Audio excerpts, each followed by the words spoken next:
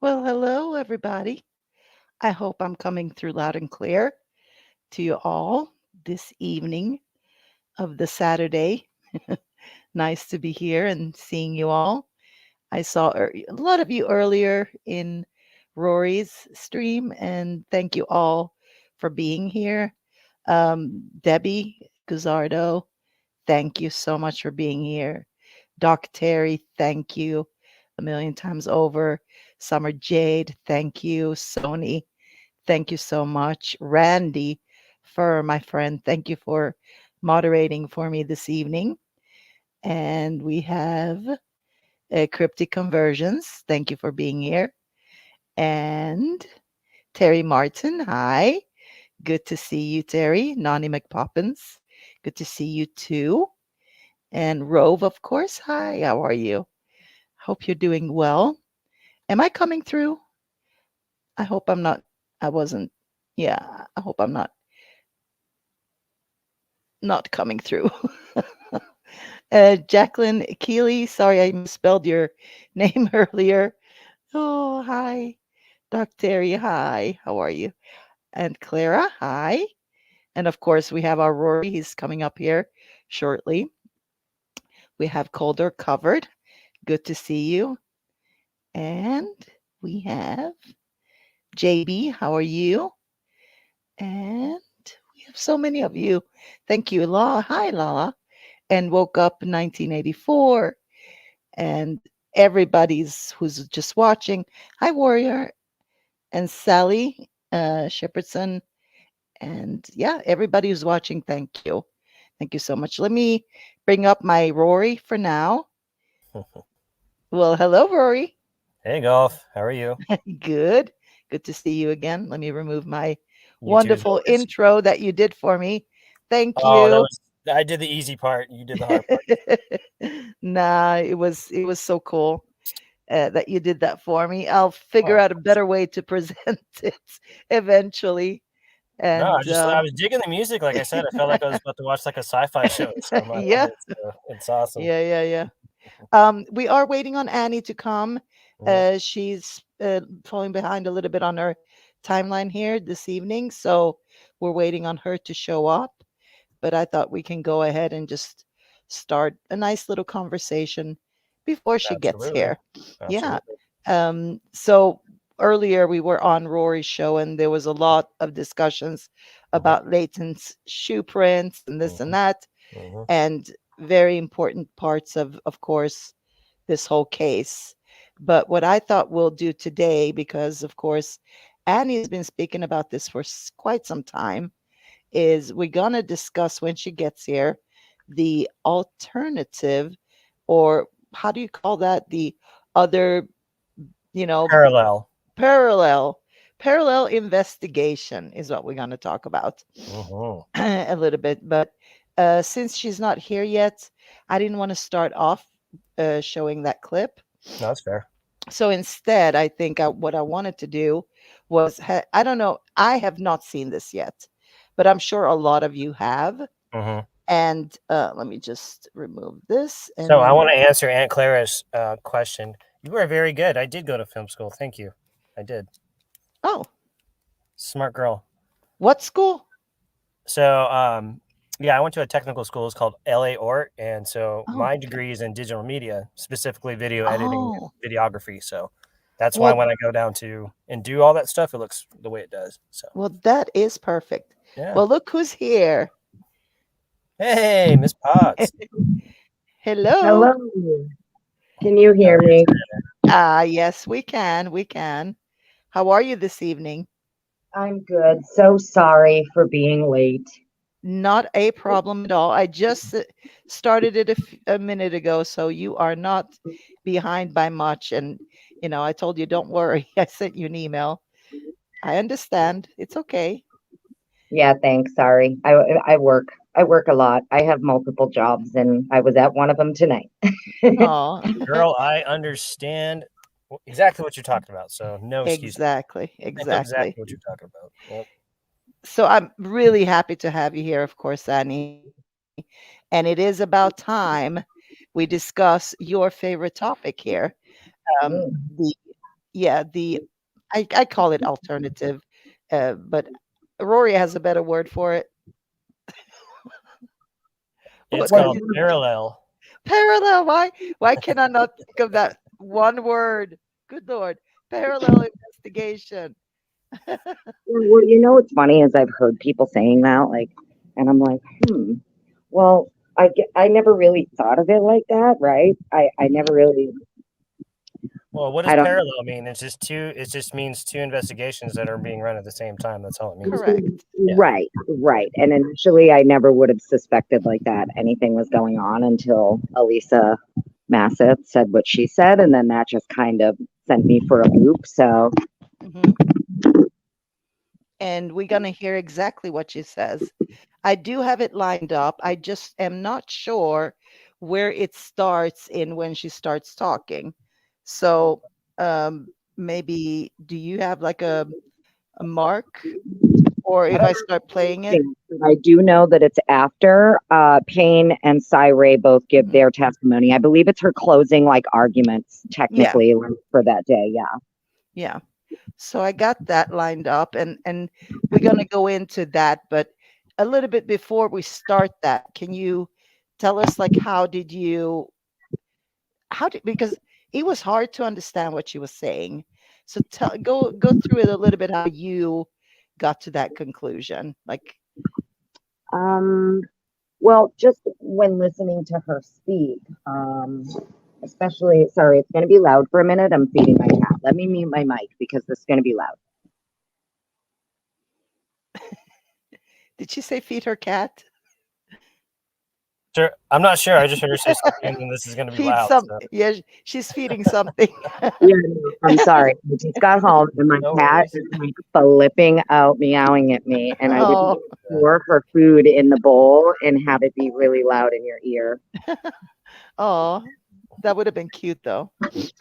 So yeah, basically, Elisa, I noticed in her argument, one of the things that she was talking about was she basically said, Your Honor, from what it appears, it would appear that the state is seeking alternate suspects and they're hiding it behind our case. hmm Um, which I thought was pretty interesting considering all of the delays. And we're talking about a state prosecution team that claimed that they were ready for preliminary a year and a half, almost 2 years ago, but they definitely would not have been ready for prelim at all. Correct. So let me share that. Just, the reason I'm asking is it's good to know what to look out for and what to listen for in this case, right? So that's why I was asking you, like, how did you come to that conclusion? Because, Well, the entire hearing itself mhm, almost to me was like a culmination of her dropping that little tidbit mhm, for everybody, based on the testimony of Payne first, then bringing in Cyree after Payne. Some of the things that Payne said on the stand regarding, multiple things that he should definitely know about as a lead investigator that he's completely clueless on, including the names of investigators he worked with. He has no mhm, clue. Um, so it's almost like this big culmination where she just kind of blurts it out. mhm, It would appear the state is at some point realized they goofed. It's almost like they realized they at some point they realized they messed up bad, and it appears they've been trying to fix that behind the scenes and hide it behind his case. mhm. which is really messed up. If you Right. think about it, it's really, really messed up. Agreed. All right, so I'm going to start playing it, and then we'll see. Hopefully I won't miss it, but tell me when to stop, what you feel is important, because I'm just going to play her part in this, and then we'll start there, okay? Okay. Maybe not so fast. No witness? Your Honor, we do not have any other witnesses. We have argument for the court. Okay. Let's go ahead then. Your Honor, what I'd like to do is I'd like to start with Ms. NASA. She's going to cover one of the requests specific to the grand jury subpoenas, and then I'll cover the rest of this morning's argument. Okay, thank you.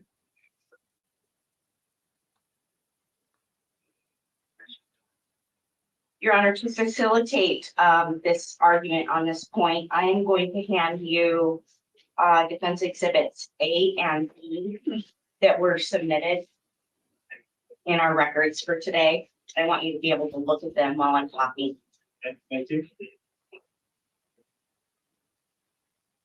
As of today, there have been at least 50 federal grand jury subpoenas that have been issued in this case.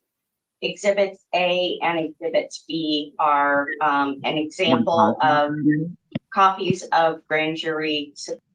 You said pause, right? Yeah, did you guys hear that? I mean, I'm sure maybe this is something everybody else. 50 Correct. grand jury subpoenas in this case is what she just said. Yes, and we haven't heard anything about those. Right. Well, what's crazy is that all of those grand jury subpoenas, like 50. Let's think about that, right? Yeah. Hold on. Rory, you're feedbacking again. Sorry about that. I had to switch over to my phone.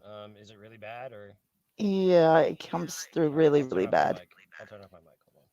Hold on. Okay. Sorry about that. Go ahead, Annie. Oh, I just wanted to kind of make sure Yeah. everybody caught that. 50 grand jury subpoenas in this case. What do All you think? What do you think those could be? Because at this point, it could be for officer testimony. It could be for witness test. Who knows? Grand jury subpoenas. Yeah. That, Yeah. It's wild. All I Could know that- is there's 50, and that's wild. Could that be a lot of the FBI stuff that? I don't think so. No, not for the No? grand jury. I don't think so. Not grand jury subpoenas. I mean, she continues to talk more about like how many phones between the 50 grand jury subpoenas, never mind all the phone warrants and all of that stuff. She goes into pretty great detail about all of the discovery. Okay. Yeah. All right. We'll keep listening. Subpoenas that we have received out of those more than 50. And what I didn't provide to you that goes behind that what we got with those is the subpoenas include attachment A, which explains what is being subpoenaed. And then what has been produced is the responses to those subpoenas. And in some of the subpoenas, we also have the certification by the person who has produced the records in response to the subpoena. Some of them are missing. We have asked the state to produce all of the subpoenas, and their response is that they are not in possession and control of those subpoenas, and they do not intend to use the subpoenas as an exhibit. And we have not justified why we need those subpoenas. And so here, yeah, you heard that, right? So she said it's like she's blaming, or it's to me, it sounds like it's the FBI that has that part because they don't want to hand it over, right? It's what it sounds like to me. She's saying there's certain subpoenas that are missing, and when they're asking for them, the state's saying we're not in possession of them. Yes, which means the subpoenas must have been done by the FBI then. We'll see. The good thing about Elisa Massif is that she spends more than half of her time in federal court, so she knows that it's bullshit. If it was presented to the grand jury, the state would be in possession of it. So for Correct. them to say they're not in possession of it is bullshit. So they're just blaming it that somebody else is what you're thinking, Yeah, right? that's what we Okay. think. Yeah, she All right. knows they're in possession of it and they're withholding it. Okay. All right. Let's go on. For those reasons, they are not going to produce them. I'd like to begin by saying that as it relates to any argument that the state is not in possession and control, rather than beat the dead horse on that issue, Idaho Supreme Court came down in 2023 and made it crystal clear that anybody that's acting on behalf of as an agent of the state puts those records in the hands of the state, and they need to produce them. State versus Pendleton, 2003. Agent. The other thing is that in terms of the state arguing that they are not going to use a subpoena as an exhibit, that is not in and of itself a defense to not produce a document to us. We have a million reasons why we need to look at documents. We understand that out of the 51 terabytes that have been produced, that not all of that is evidence that's going to be coming before the court or the jury, but it doesn't mean that they aren't material or exculpatory. The subpoenas, based on reviewing the records, are in the hands of basically three agents. There is an FBI forensic agent by the name of forensic accountant, Michael Douglas. There's a special agent, Travis Shirley, and there is another agent, Mary Tyndall. These are the three agents that are receiving the subpoenas, reaching out to the providers that they're serving and asking for the documents. For the court to understand why we need these documents, I want to tell you what we're doing with discovery and timelines. There are more than 100 search warrants in this case. There are more than 50 grand jury subpoenas in this case. You've heard all kinds of information about the probable cause affidavit and the timing of that. Timing in this case for the defense is everything. So we are creating timelines that put in the dates of affidavits of warrants, the information that's received, and the date that it's produced. With subpoenas, when we don't get a copy of the subpoena and all we get is the warrant or is the subpoena return, we don't know the scope of what the state has asked for. We don't know the date that the subpoena was served. And in some of them, we don't know that there is a certified return. So we can't take our timeline on warrants and our timeline on the probable cause affidavit and our timeline on everything else that we're putting in there and interlay the subpoena information that the state is getting. And we are desperate to find out the timeline in this case and when the state knew what and when. I have to say, just as an FYI, I find this extremely disconcerting that they're not even giving them information about a grand jury subpoena. Agreed. I think it's wild too. We have over 100 warrants. That it's crazy. Well, the And other warrants they seen. Well, that's what I'm saying. So that just goes to show, like, we think that we're seeing all the documents on, you know, the cases of interest website. We're actually not. There's definitely not 100 warrants available for us to view. I know that much. There's a lot, but there's not 100. Yeah, but I mean, not even like evidence is one thing, but the whole part of them not giving over the subpoenas, what the hell? That's crazy in this case. Is this the secret grand jury that we're talking about that happened last year? No, this is not the secret grand jury. Oh, okay. Just making sure. No, this is subpoenas, and I'm thinking one of them might be related to his. Remember the Stingray? Yes. Okay, I think one of them is related to that. Interesting. Yeah, but that's just me. and it could be phone numbers and this and that. All Is right. that me or is that somebody else? I can't hear whoever else is on. Oh, that's Rory. You don't hear him? No, I can barely hear him. Yeah, it's very low. Let's see if I can crank him up a little bit. Let's see. I just muted him. Nope. We'll try a little bit later. There's no question that motions to suppress are coming. Motions to suppress are coming on warrants. And whether or not those motions to suppress are based on Frank's material because misrepresentations are made depends on the timeline. So if there's a representation made in a warrant that things happened in a certain way, if we are able to look at the timeline and say, we know that the state knew this when, that gives us an answer on whether or not the suppression issue includes a truthful statement in the affidavit. And if I'm not making sense, I want you to tell me to clarify that.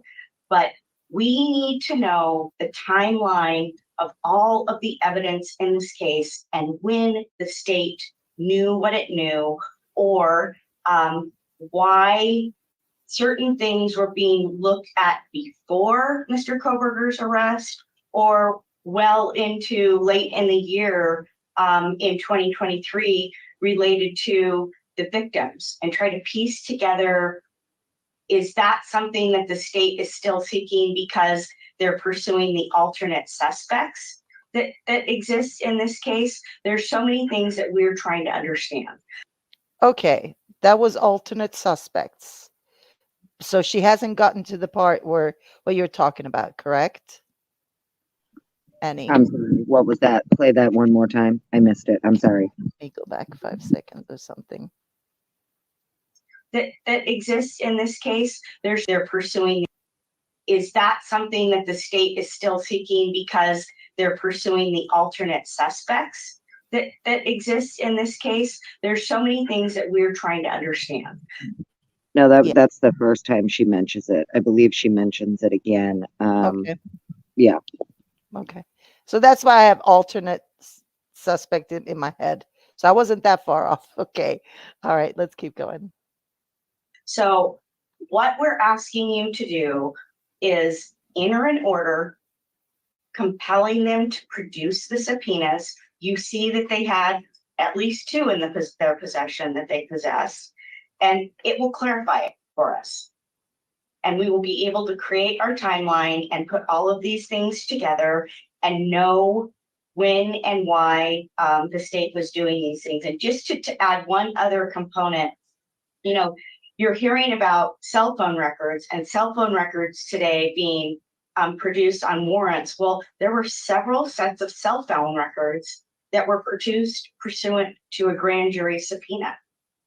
Still not clear to us why warrant versus subpoena, and they're different providers. And some of it's for phone numbers that we have to figure out who those phone numbers are. But all of this information is critical and material for us to be able to do the case, to do our work in this case. So I would ask that you enter. Hold on. Say that again. Sorry. I said, isn't that wild? Do you hear what she's saying? What was she saying? She is saying that there are grand jury subpoenas for multiple other phone numbers. Yes. They aren't Brian's. Correct. But if you look at the ones we saw, and she has to figure out whose phone numbers they are. Correct. Yes. And I remember that because we looked at those phone numbers, or we looked at those records that we had available to us on the Idaho page, right? On the cases of interest. And I noticed a few phone numbers that, like, I don't know if you were listening to that show I just made a few weeks, or now it's months ago, I guess, because I haven't been on here that much, but I did one about the phone number matching up with T-Mobile, who had a T-Mobile, and that was Kopaka. He had a T-Mobile. So that we saw, in the court records. But now, if this is different from that, I don't know. She is talking about grand jury subpoenas. So yeah. these would be subpoenas that we are not privy to. So we haven't seen She's any even of asking them, she's asking them, what's the difference between why would you do it through a subpoena with a grand jury and not a warrant, right? Mhm. She's even asking for clarification on what the difference, why they did it differently. And what was turned over are like phone numbers, just random numbers that they have to figure out who these numbers belong to. Mhm. But these numbers were part of grand jury. If, for whatever reason, this information was presented to a grand jury. Yeah. And why? And whose numbers are they? Correct. That's a good question. All right. Rory fell off because he has some problems with his audio on his phone, and I think his computer was not cooperating with him right now. And sorry, Tommy could not be here this evening. Anybody waiting on him because he didn't feel too good. So he's taking a little rest, which he deserves. So I'll keep going. In order to compel, and that way the state has the ability to take that to the FBI agents and say, the court has entered an order, we've got to produce the subpoenas, and we'll get the subpoenas. And to the extent that the state may stand up and say, we've got this TUI demands, we've got to deal with TUI. I just want to make it really clear for the court that TUI's not an obstacle. TUI's a hoop to jump through. The code related to 28 CFR 16.21 specifically states that the purpose of TUI is not to prevent federal agents from giving states discovery in a criminal case. Purpose of TUI is because these federal departments want to know when certain records are leaving their files. Understandable, but it's not meant to keep us from getting records that we need in this case. Thank you. Response. Okay. Before, let me just make a moderator out of my friend Rory here before I do anything. Where are you, Rory? Oh, there you are.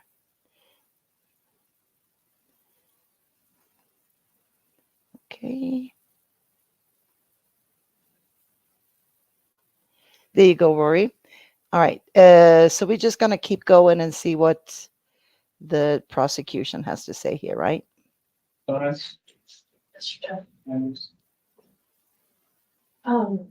Well, simply put, we can't give over what we don't have. And we do not have the majority of these subpoenas. What we do have, we've turned over. I reached out to the U.S. Attorney's Office. They advised they're not going to provide. What? Why? Because they don't provide subpoenas. Just like most grand jury material, it's sealed and not typically provided. Not But typically, not provided. but even with a TUI letter, that wouldn't give it. We provide, they wouldn't follow that. We have not, I'm not sure. But beyond that though, even if they were to provide it, I still don't understand how this moves the needle one way or the other.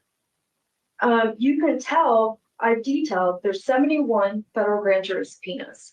And in my response, I've detailed exactly what they were for and what records were received so that you can get the scope of what was requested from the actual records.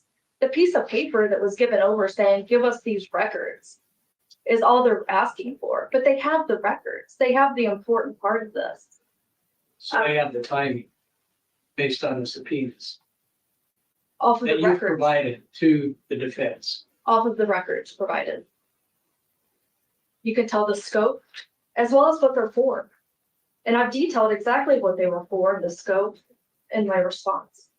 So my question here would be, why don't you let them see it then?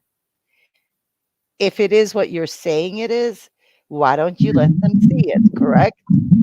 Bingo. And even the judge is like, well then, I don't think he believes her. He's like, why? Well, exactly. And she's trying to convey to him that that's not something that, they normally would typically give out. And he's like, "What?"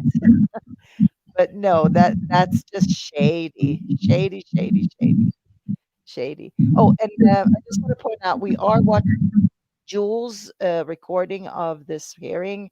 Thank you, Jules. I'm sorry I didn't mention that in the beginning, Jules, with True Crime Reaction. So please go hit the like for her and subscribe to her as well. Thank you.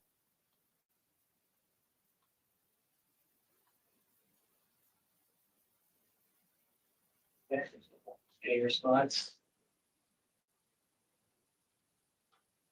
Judge, I wouldn't be wasting the court's time asking for this if the questions were answered based on the state's response to our request for discovery. Timing is critical on when a subpoena is served, what was the scope, then we can look at the documents to see if they are actually responsive to the scope. And knowing the timing of when that was served versus when it's produced to us is different. And again, I mentioned some of these things are pre-arrest of Mr. Koberger, and some of it is in the middle, and some of it is, frankly, months after the fact, if not a year after the fact, where they're looking for things related to the victims. So and can I ask a question? Because you hear that? Go ahead. She's saying a year later, they're looking for things related to the victims still. Correct. I heard that. It's wild. Yeah. So they are investigating at this moment. But what are they investigating? Exactly. Definitely not Brian Koberger. I thought they had everything on him, but I mean, I could be wrong, but the victims anyway, I'm not going to say more. Let's keep going. At the dates, well, all the subpoenas that were provided to you, 71 subpoenas, and each one of those had the scope of what the request was in the subpoena, and that it would be dated. That's not true. That's not true. No. Okay. There are all kinds of different records and different methods that the people that were the businesses and the people that were asked to produce the records produce them in different form.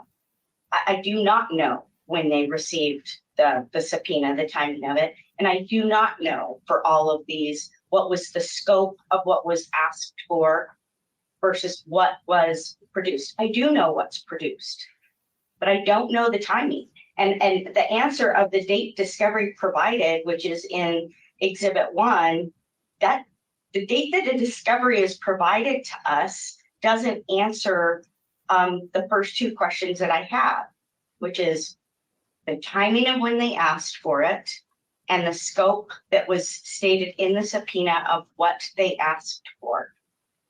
Some companies were asked probably for a certain number of months, and they didn't have records that were responsive to those number of months, right? Because when the state's doing this investigation, they're not necessarily knowing exactly what records exist. So being able to be specific is important. And I want to touch on this issue of it. It's not in their possession. I get that. But you have complete control over what evidence is going to be coming into this case with your orders. You make it crystal clear, produce it or it's not coming in. That's the first level of sanction. And then we can just get going from there. Something that's destroyed, you can't produce that, there's going to be a spoliation instruction. Something that we keep repeatedly asking for and it gets past time, we're going to knock the death penalty off the table. You have control to get these issues that we're struggling with fixed by saying, this is my order, produce it, or there's going to be a sanction. You may be overestimating my power. I think, I I can't think you're control everything. underestimating your power. Well, I have a good sense of where my power starts and ends. So I don't know. I mean, there's so much discovery that has been shared. Are all of these 71 subpoenas, have they been provided to me at this point? Because I don't think I've seen them. No, they went through a federal grand jury. So this is, we haven't seen anything in terms of grand jury testimony, transcripts. What I have surmised based on my federal practice, because I spent about 50% of my time in federal court, is that they've used a federal grand jury as an investigative tool because the FBI is partnering with them. That makes complete sense. These subpoenas are in the hands of the 3 agents that I gave you the names of. They haven't come through you. They're in the hands of the agents. And so it's a matter of them just gathering the records that those agents have in their possession and providing to us. And it helps us create this timeline in a case where discovery is being given to us as if we're living in a snow globe and it's just swirling around us and we're constantly having to put it together. So, you've asked us several times, what can I do to help you guys get your work done? This is one of those things. Let us see the subpoenas so we can overlay this in our timeline. But you just want the subpoenas. You don't necessarily are going to get the response. We have the responses. We have the records. But what the records don't tell us is what was in the subpoena. It's like a warrant return. What is a warrant based on? It's based on an affidavit. So Right. this is what you want, the paper that says, And the this is exhibit. what we want. And the exhibit A that's attached to that, which I didn't give you a copy of exhibit A, but exhibit A is attached to each one of those. And then it specifies to the company, you're looking for phone numbers that are this, and this for these dates. That doesn't have the date on that when in it was served. those subpoenas tell us, we know when they are served because it comes back with a date on it. And then, Right. and then the attachment A has the scope of what they've asked for. What we've gotten is the documents without, it's like not having the affidavit to the warrant return. Okay. I think I understand that. And I'm going to go back to Ms. Jennings and just clarify. What have they been given already? They have been given records in response to all 71 of those federal grand jury Do subpoenas. they have dated on there? Because that's Many of them do. You can see that from the description of the conference that I provided to the court. I can't say that all of them do, but many of them do. well, that's They're very running- important, apparently, for the defense, as Ms. Mathis said that timing is everything here. So Well, yeah, it is. Of course it is. You want to know when it was served. Absolutely. Right? You want to know, was it after, before Brian was arrested? I mean, that tells a story. Am I off here? No. No, she's making perfect sense. If they're- Absolutely. right. She's like, wait a minute. He can't grasp the fact that there's warrant returns, subpoena returns from a year later Uh-huh. for victims and for certain information that they just don't want to turn over. They don't want them to be able to have a timeline, is what it appears. They don't want them to be able to piece together that timing. And I think you're absolutely right with that. But what did they mess up? It's Would be why. my question. Yeah. Wow. Okay. Let's keep going. oh, I think that's what they're really after. That's one of the things they're after is just the time frame. We can seek to inquire as to, because what I keep hearing is they need to know the date that these various companies received the subpoena. We can still inquire. It's provided on a lot of these, Right. but on the ones we're missing, we can attempt to inquire and find out the date that it was served, and we can still do that without providing the piece of paper. Well, besides the timing, what's the relevance to this this scope that was requested? And you know, What's the relevance? Yeah. We're not relying on any of this. I know, I don't think you're, what do you think they think is relevant? Yeah, for sure. Okay. Mr. Thompson, so what is the relevance? But aside with the timing, okay, and the scope. Judge, I'm not going to give you the specific date right now in open court on one of the subpoenas, but they used a subpoena to get one of the most critical pieces of evidence in this case. And they know that. Okay, And they are going to use that. it's something that I don't know about. Well, I mean, you probably you do know of it. It's in the probable cause affidavit. Okay, thank you. All right, Ms. Jennings, you want? What do you think that could be if it's in the PCA? It's got to be the DNA. You think so? Got to be the sheath. The Okay. DNA of the sheath is my guess. And it's I funny don't know. that they're talking about, well, here's what's funny about the state to me. This is what cracks me up, is when they say, well, we're not going to use it, so therefore it's not relevant. What? Yeah, exactly. That's just not how And- this works. Yeah, That's well, just, that's, oh, somehow I'm getting something bad from your phone as well. Dang it. We're just not lucky with sound today, I guess. Do you hear that? Is it just for me, or is everybody, I think it disappeared now. Sorry. What it could also be related to, I mean, there are two things. It's either the DNA or the route, right? So his activity, meaning driving and all that, the route could be that too. like the cast data, you mean? Correct. Right, yeah, Yeah. potentially, yeah. She's saying it's one of the most critical pieces of evidence in the case that they did use one of these subpoenas for. Hmm. So I'm, trying to think. It's a grand jury. She's talking about subpoenas, She's talking about the probable cause affidavit, right? Being used to get some of these warrants and to get some of these things. That's correct. And So the reason I'm thinking about the cast report is because I'm telling you, there's something about that Stingray operation and how it was requested and how they listened in on his conversation and that whole situation.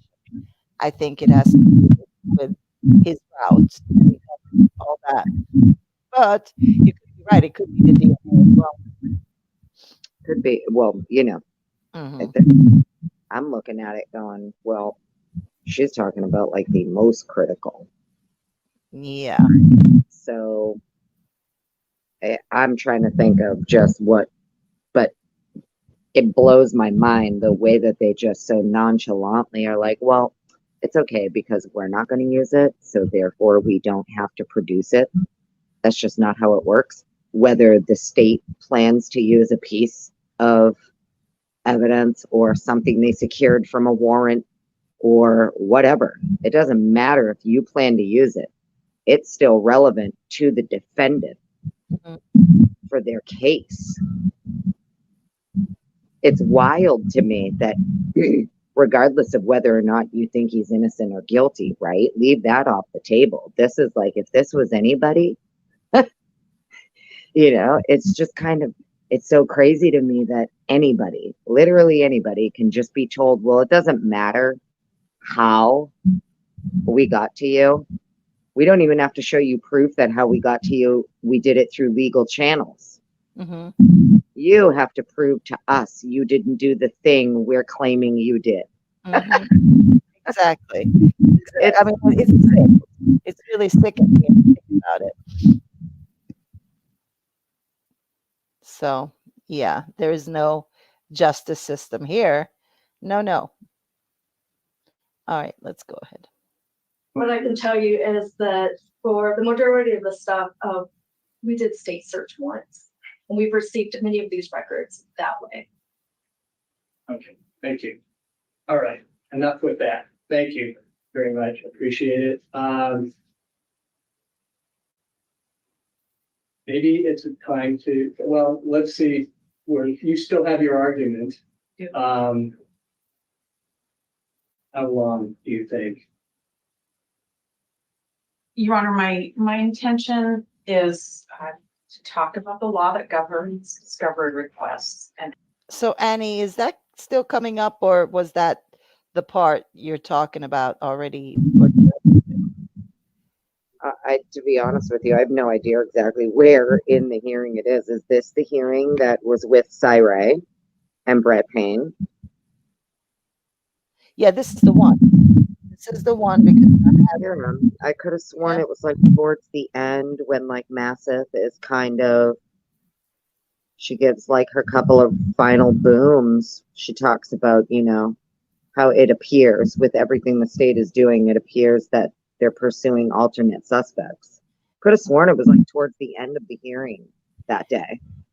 because this is Anne coming up here. She's just mentioning all the what she's missing, right? Yeah, And I don't even, I feel bad too because I know Twiz would probably know exactly like the freaking exact moment, but I don't. okay. Okay. Twiz All right. could give you I don't- timestamp. Yeah, I don't remember exactly where she stands up and when she says something like that. But I guess we'll figure it out for next time or something like that. But let's just go with what we have, which is she did mention the alternate suspect, right? She did mention that. Now the question is that something that was before Brian's arrest or after? Because all these subpoenas, grand jury subpoenas she's talking about were like all over the place as far as time. It was about when they did the grand jury. Correct. So that would have been what was that June 2023, May, something like that. Well, that was no. She was still talking about the subpoenas, right? The grand jury subpoenas, Right. and they came like they started that before the arrest of Brian and after the arrest of Brian. So basically, you know, I don't know, having just thinking about that means that was done for his arrest. Which of course, everything like this obviously is going to be in the timeline. And like you said, they don't want to get that shit up. They're just like, oh, we're not going to put a timeline here. You figure it out. Is it me who's breaking up? I feel like you're breaking up really bad, but I don't know if it's on my end. I don't know. I know when I talk, I hear myself. Oh, can you hear me better? Oh yeah, a little bit, yeah. Okay, sorry. Sorry about that, everybody. But I do hear it kind of bounce back from your microphone, Annie. I don't know what that is. Yeah, it's weird. It's like kind of like when you're talking, it's almost like every other word beeps out. Oh, good Lord. Hold on. Let's see if I can change. I don't know. Can chat hear it, or is it just me hearing it? Am I okay? Chat, am I cutting out when I talk? Just want to check. Mic check. Quick mic check. Oh, hello? Hello. Hello, hello. Can you still hear me? Yeah, can you hear me? We hear it. Okay. Okay, they say it's you cutting out. Better. Okay. Yeah, that's weird because I was muted. Okay. All right. Interesting. All right. Yeah. No. So going back to that, Yeah, no, I don't know if was it in this meeting? You're sure about that? She said that.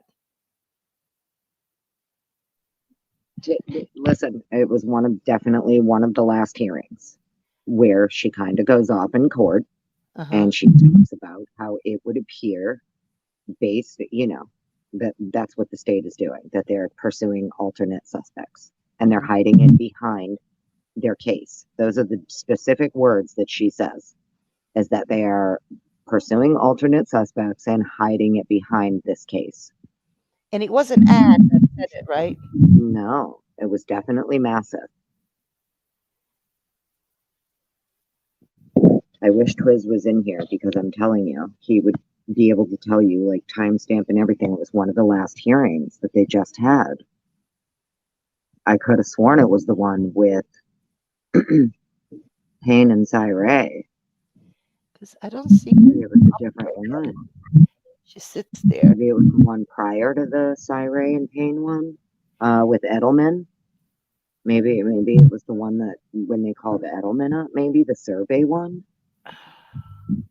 Maybe somebody in chat remembers. I don't remember which hearing it was. Could that be? Hold on. Let me stop sharing for a second here. And then I'll see if I can find the other one.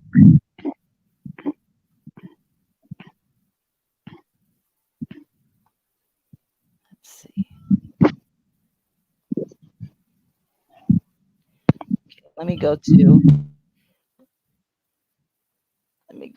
Jules' channel and see if I can find it.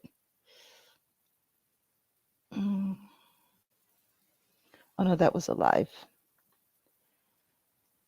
Okay, let's see.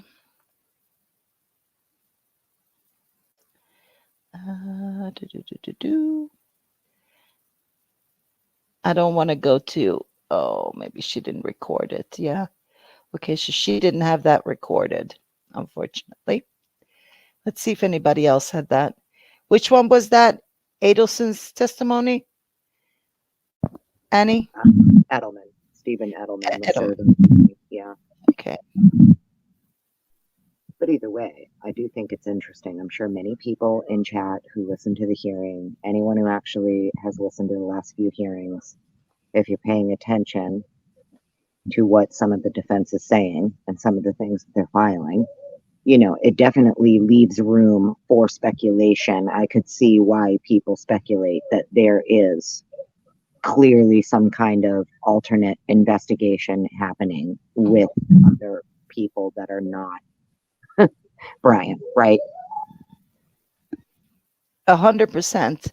And honestly, I think you're right, Annie. I think it was the one before, because I remember her saying it. I just can't put my finger on which one, because it wasn't this one, obviously, because here she just mentions alternate suspects. And that's kind of what's crazy because it's not the first time she's mentioned it, Yeah. So that's kind of why it's kind of sticking with me lately, is the fact that she has mentioned it more than once. Gotta have to find it. Okay. Well, since Twiz is not in here, I'll just have to find it for the next show or something like that and present it. That's okay. All right. So is there like anything else you want to add to that? I mean, no, not really. I know you and I have talked about it before, and it's just kind of one of those things where if you it makes sense, right? It would make sense that's why nothing makes sense. Absolutely. And if there is, something going on. Now, to me, here's the thing, right? I know that the defense advocates for his innocence many times over. And so far, so has Sai, right? But Sai has also left it on the table that, like, if you produce what I'm asking you for and you can change my mind, I'm open to that. So I'm kind of in the same boat, right? If you can really produce something that's going to change my mind, please do. But to think that there's a person who's been sitting in jail now for almost 2 years and potentially is literally innocent, not just like a, what appears to be an entire team of people advocating for this person's innocence. And he's just, it's wild. It's crazy to me that this is happening. And his case is not the only case that's going on in this country where that's happening. Mhm. So my only question about this, not alternate suspects, but this parallel investigation more than anything is it, do we have a situation like Karen Reed where the FBI is doing that perhaps? Or would we know about that? See, here's the only reason I don't think it's like Karen Reed. Do I think that we see parallels similar, right, that may come up? Yes. Mhm. Do I think that the FBI is going to be like the heroes in this case, kind of like they wanted to be in Karen Reed, right? Where they just kind of all of a sudden come forward with all of this shit that has to do with like the investigators and all of, the exculpatory evidence that was buried. See, I don't think that's going to happen here. And the reason I don't think that's going to happen is because the FBI is the one who's actually withholding it all.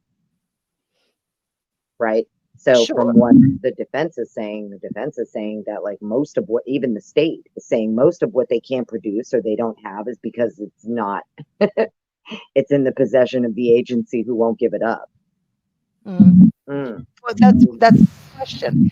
That relates to my question is it that they actually are doing a parallel investigation and they're just not producing that material because it's still under investigation with the FBI?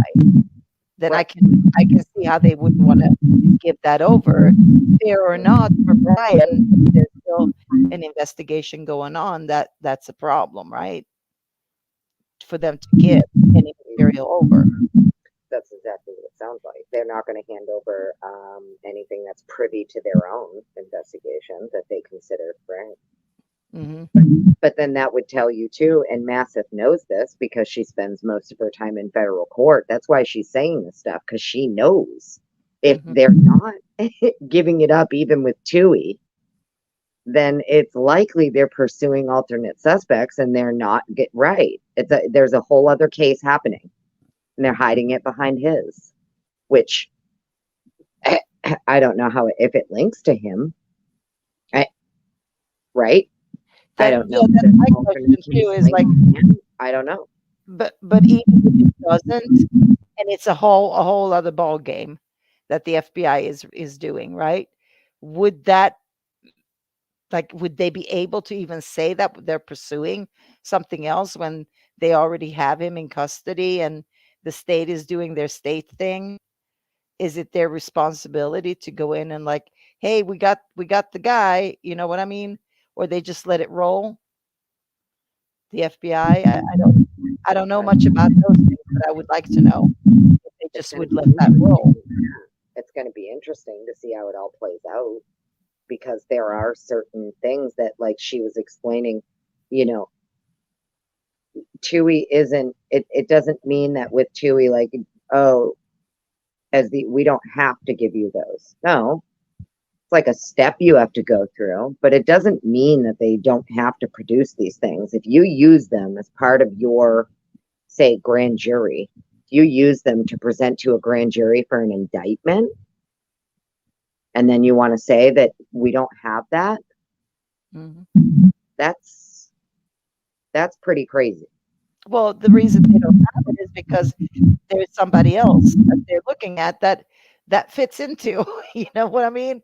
That's what it seemingly looks like to me, at least, listening to all this, is that there is somebody else. They cannot put that out there right now because they just let this roll, right, with Brian.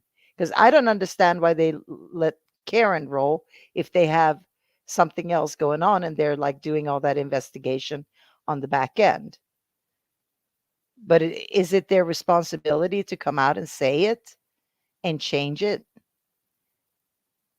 That I don't understand, I you do know? feel like if the feds have some kind of background, larger investigation happening, then we'll probably, sadly, we're never going to know about it anyway, because Mhm. most federal investigations, you can't get, even if you can get anything on it, it's going to be all redacted. You're going to get nothing but blacked out pages and things like that. So Yeah, really exactly. didn't know about it until some kind of like actual federal indictment rolls out and you see like something on the DOJ website, you know. Have you been looking, is there a way to look these up, or these are not like these subpoenas, you can't find a case files for these, right? Most of the time while it's ongoing, no, you don't usually see anything until it's been finalized. Mm-hmm.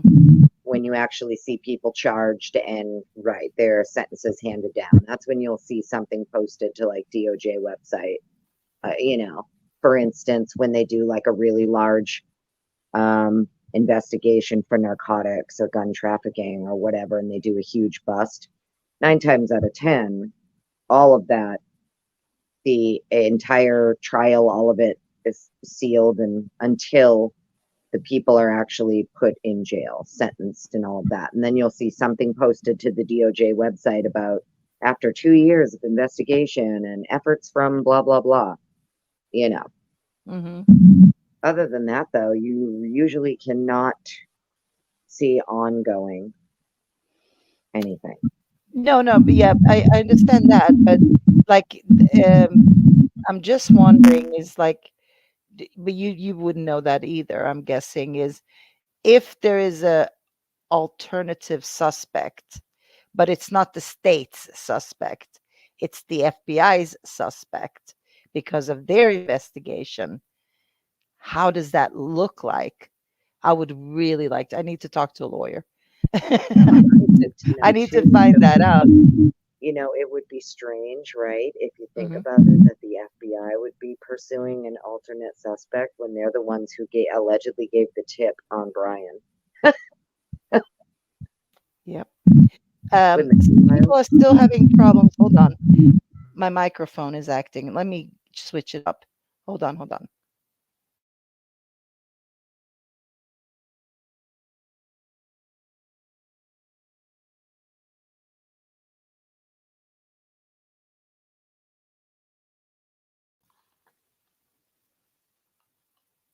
Hello?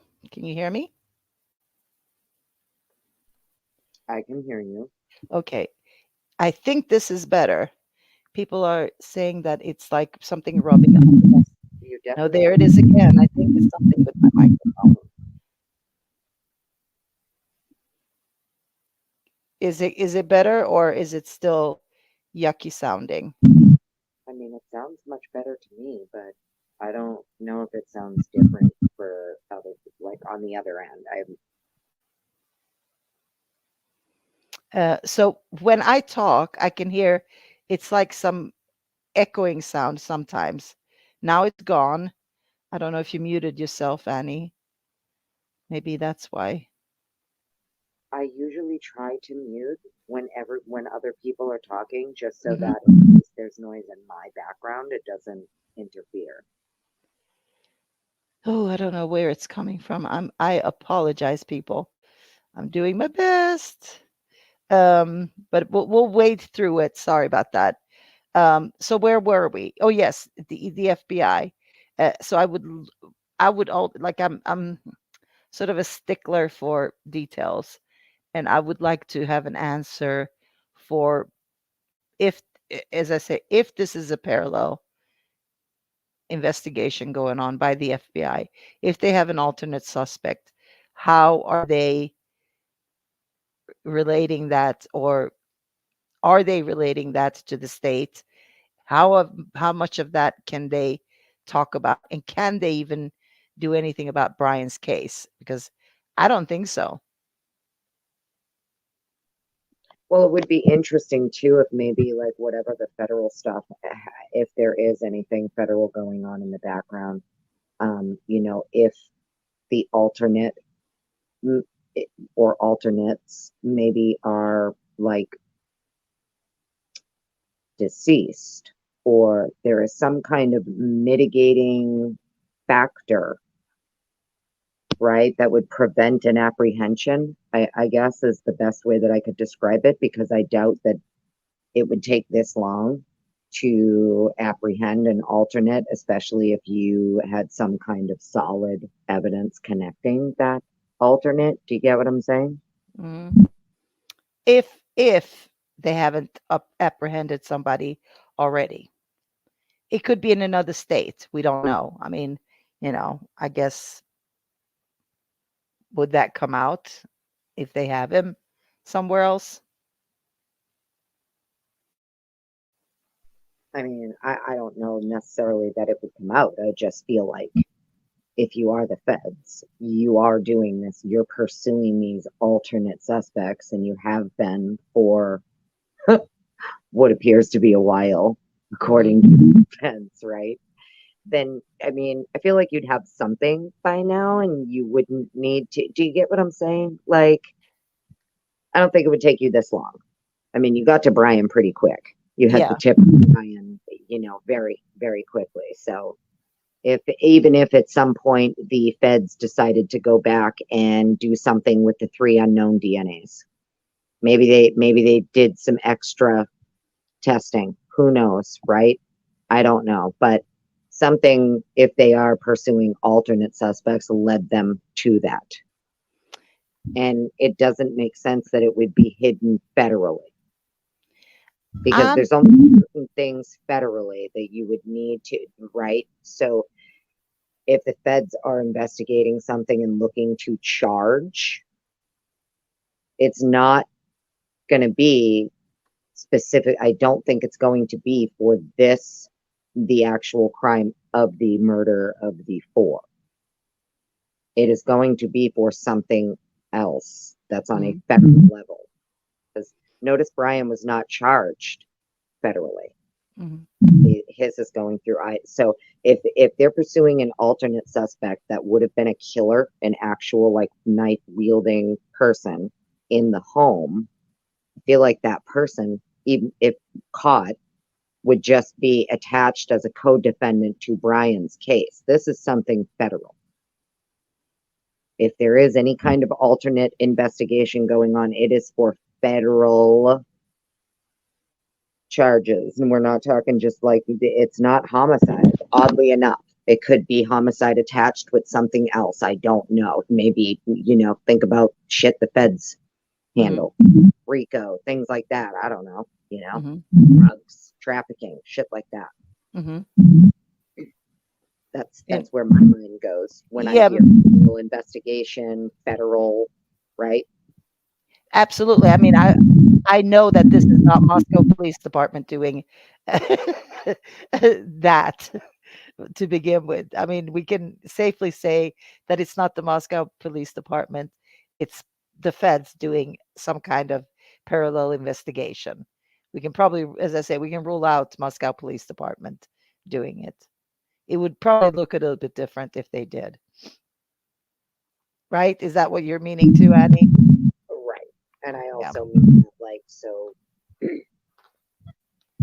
when I think federal investigation, when I hear, there could potentially be, because this is what Massif is kind of alluding to.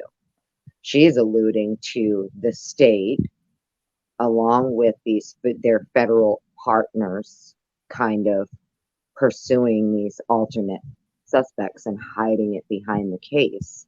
So if they're partnering, then that kind of gives me the indication maybe they are potentially looking to attach another perpetrator, right? Here, federal, it just kind of sets off alarm bells that, Brian was charged with the robbery, obviously all these felony charges, but he's still in state. It's all going through Idaho.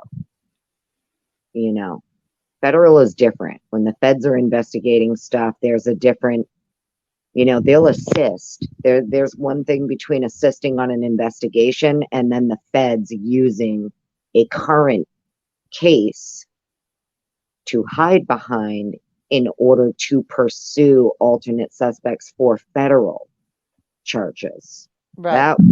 Right. So that's where my brain kind of goes. Yeah. Yeah. They are doing it. They're pursuing people for federal charges. Which I don't think it's got anything to do with anybody being deceased, by the way, in that case, to be honest with you. Just my opinion on that. It doesn't seem like it. What makes you think that that could be somebody that is deceased? Oh, I was just kind of throwing it out there, like if that would Oh. hinder them from being Okay. able to build a case, or like I was trying to think of the things that would maybe prevent them from being able to establish an alternate Mm. suspect, right? What if that alternate suspect is no longer here, or something Yeah. like that? It's a lot. It's a bit trickier to build your case. And I don't even think you can prosecute anybody who's not alive anymore either. So,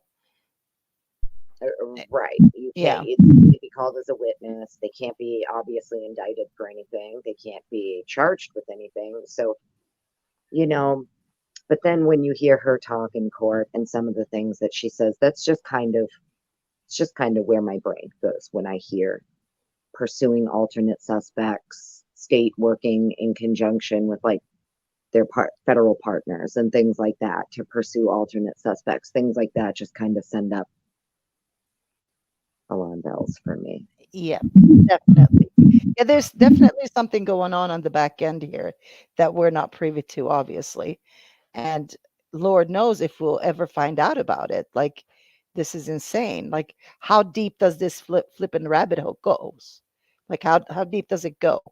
Really, honestly. Like, we all know something is not right here, like unequivocally. But just how deep does this go Right. Yeah, is a good question. and I don't know. It's sad too because there's so many.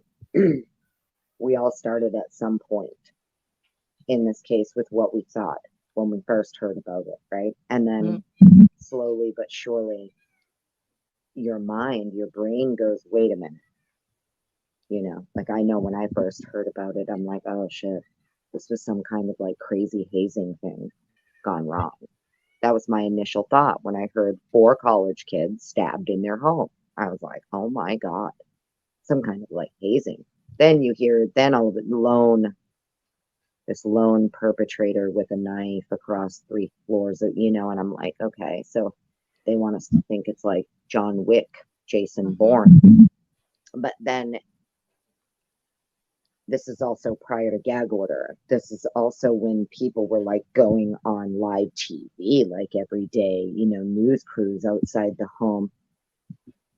And over the last, I will say from the beginning to now, my perspective on it has entirely changed as opposed to what I thought a year and a half ago.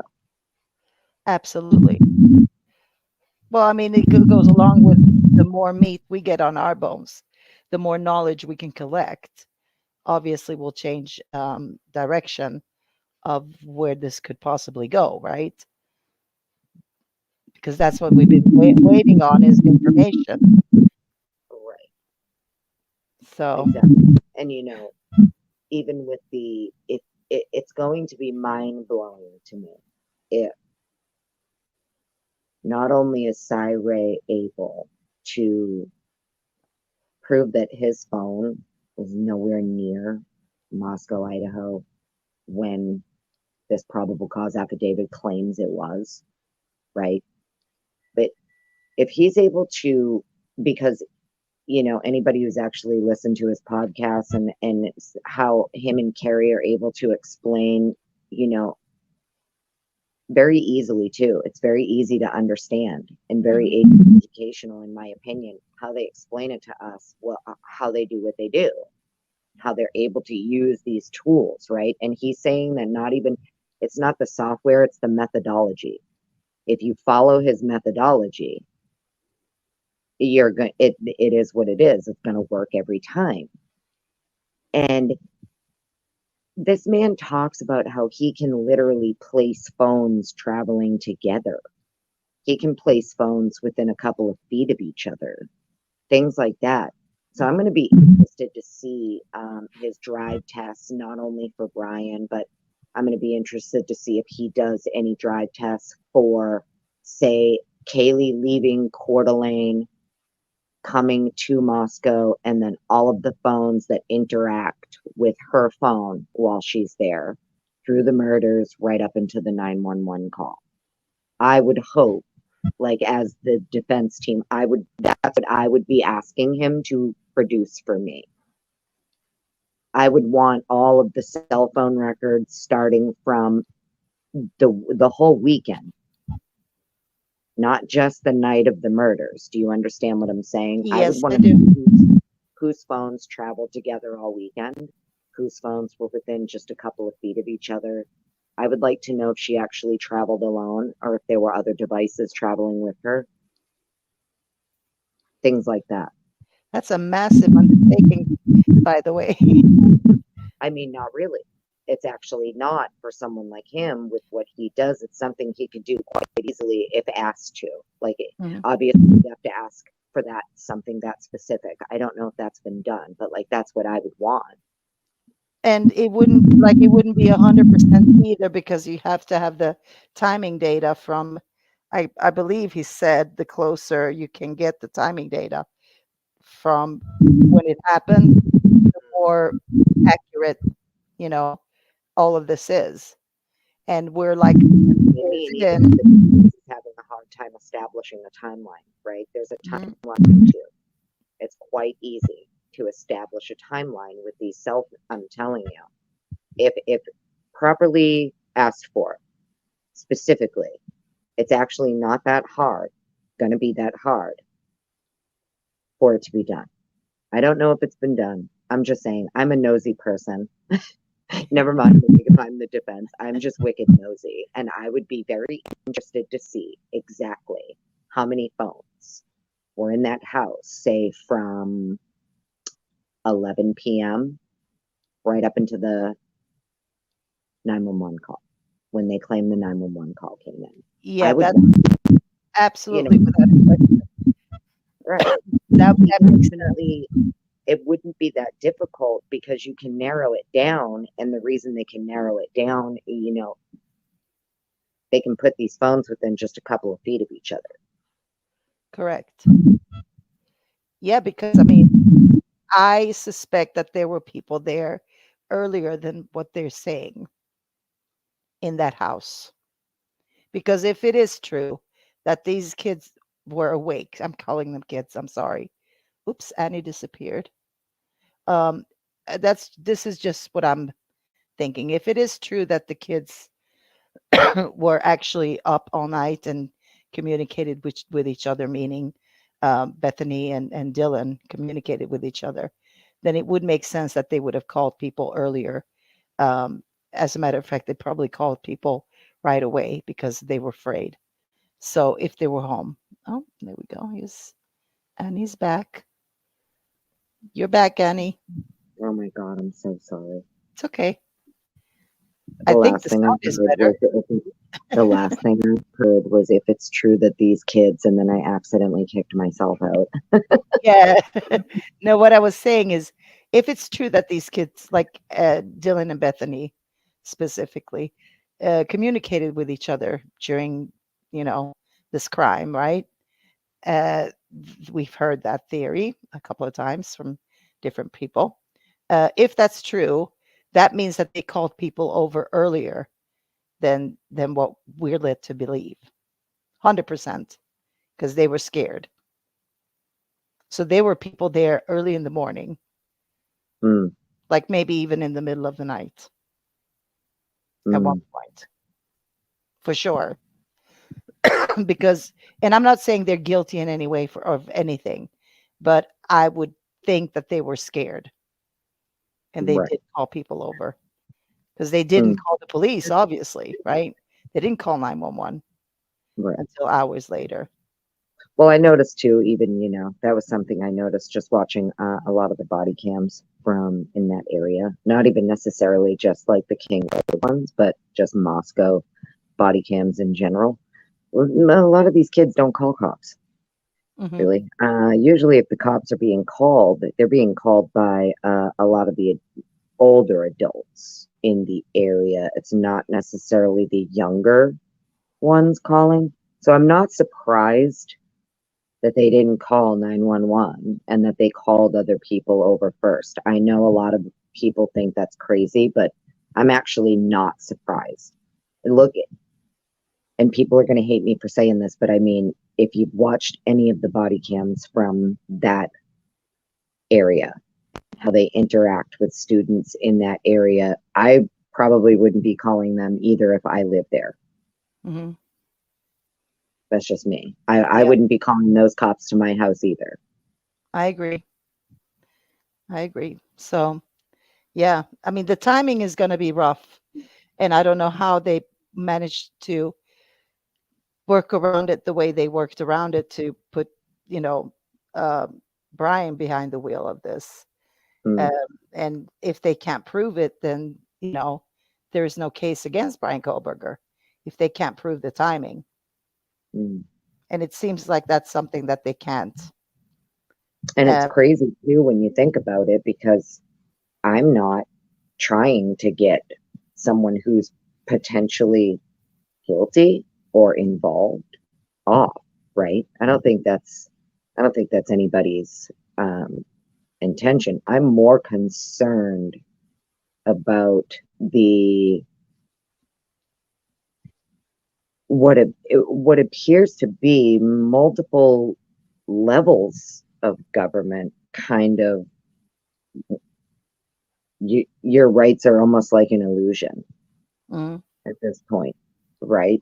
mhm, If we're talking about how someone with a master's going for his PhD can be locked up for almost 2 years and having his defense team saying repeatedly he's innocent and that there is this whole other case happening being hidden behind his case, that's and there's not.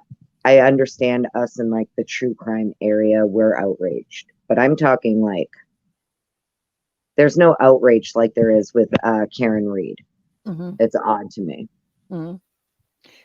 Because I think in Karen Reed's case, maybe that outrage came later as people started finding out more about the case, though. And that's what I see is going to happen here as well. As new things will develop and come out, people will be like, hold on, something ain't right here. But some people it takes them a minute to get there. And so I think, like, look at Jeff, for instance. He's well versed in this, very well versed in this case. Like, he's following everything. He's following us, but he's still not convinced, right? So I think people will get there eventually, but it takes them some time to comprehend, like, just how deep this rabbit hole goes. And it's got nothing to do with police doing like something wrong here, and that should not be misunderstood in that way. This is just like uh, they just put all their carts in on one horse, unfortunately, and then that this is the Well, consequence of that. I think part of it does have to do with police doing things wrong, though. I'll say that. Well, I mean, It's just my opinion. I but do think that there were a maybe lot not on of purpose, right? mistakes. Yeah, but maybe not on purpose. Like, I don't want to. No, I know. I don't want to say that it's on. So I'm torn Mm, because there's a part of me that looks at some of the decisions and some of the things that they were doing and say, well, how is that not intentional? mm, Because you can't be that right. So there's a certain point where you're not that incompetent unless you are intentionally being incompetent. hmm And that's like with any job, any profession, right? Correct. But what stops us from getting to that point, or at least me, from getting to that point in thinking is, we all have like, okay, do they really have something else up their sleeve?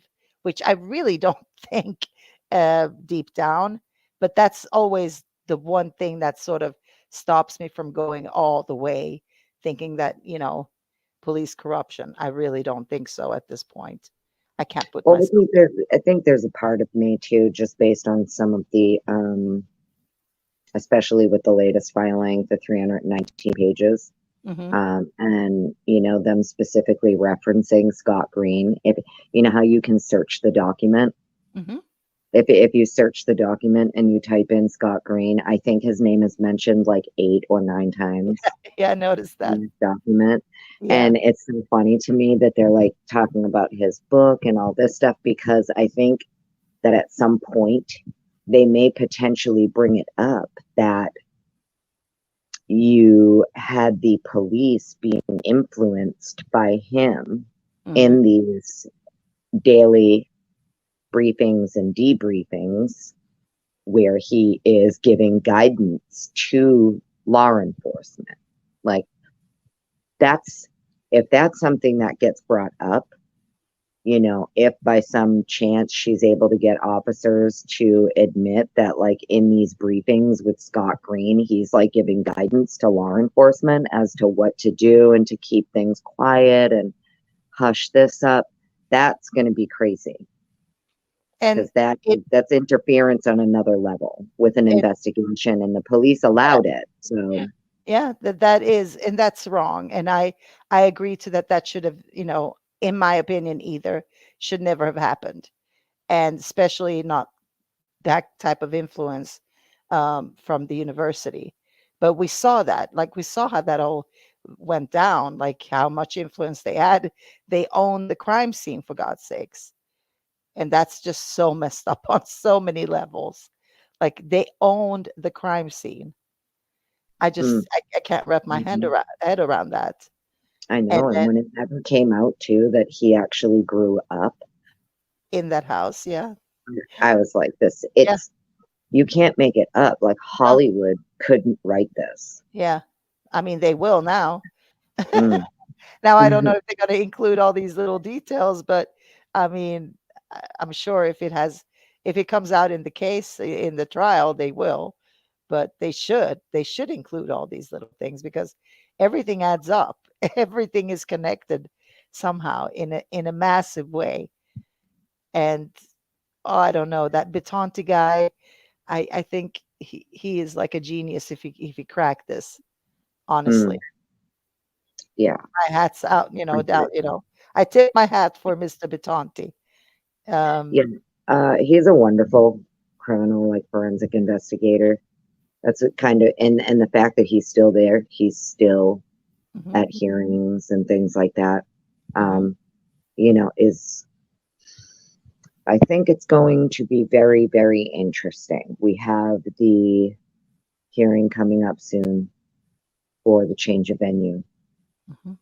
I'm going to be very interested to hear some of the arguments and see, like, I don't know if they plan on presenting anyone as witnesses for this one coming up. I'm not sure, but I think I'm hoping to hear some, you know, booms. I want a couple of booms, maybe a few little nuggets. I would be happy with that. Yeah. We seem to get them almost in every hearing, though. There's Mm, always like a little by little, there's like little things coming out, and I'm just hoping that Anne allows a little bit more. Like I would fight to get rid of that gag order. Just get mm, rid of that shit. It's like it's crazy. She won't ever be able to clear her client with this gag order intact. She won't. If he's innocent, she won't never do that because people are still gonna not believe it, even if he's found not guilty. mm. He'll never be cleared unless Well, the that's what, whole yeah, truth no, comes that's out. what I mean. I feel it's kind of one of those things where they could drop all the charges. They could come out and be like, we totally got it all wrong. And but even if they cleared him, I swear there are people out there that would be like, nope, he did it. Exactly, And exactly. that's I the mean, other thing too. A lot of people are like, he's going to, even if he gets off on a technicality, that doesn't mean he didn't do it. And I think a lot of people are underestimating what him and his defense team are going for. They're not looking for they're not looking to just have it like, well, maybe he did it. They're not looking for a mistrial. They're not looking, no, they're looking to clear him. They're looking to have charges dismissed. Mm-hmm. You know, they've filed motions, even though the judge denied them, right? I understand the judge denies their motions. You know, there's appellate issues there, in my opinion, and they're going to use that to their advantage. Because these motions to dismiss, especially for the grand jury indictment, there's like 20 plus reasons why this grand jury indictment should have never happened. It should be dismissed, and you know, they're letting it go on. Mm-hmm. So part of me thinks that, you know, because Ann Taylor obviously worked for Bill at one point in her career, she knows how these people operate. You know, Yeah. there's a part of me that wonders if, you know, she keeps all this shit for when she plans to bring it all before the Supreme Court. But they're not looking to just have him like, oh, you know, well, we couldn't prove our case against him, so therefore he gets off. They want to completely debunk everything that they've claimed about Brian so far. Mm-hmm. Yeah, that's true. And I don't know. I mean, my head is spinning in all kinds of directions. And by the way, 12 gauge high, a guilter, and I hate that word, guilter. I really, really hate that word because, you know, you can look at this from different perspectives, you know, but there's opinions and facts. We all have opinions, and then And the there's moment that you facts, pick right? a side, though, well, then you're no longer an unbiased No, you have to be open person. for like exactly.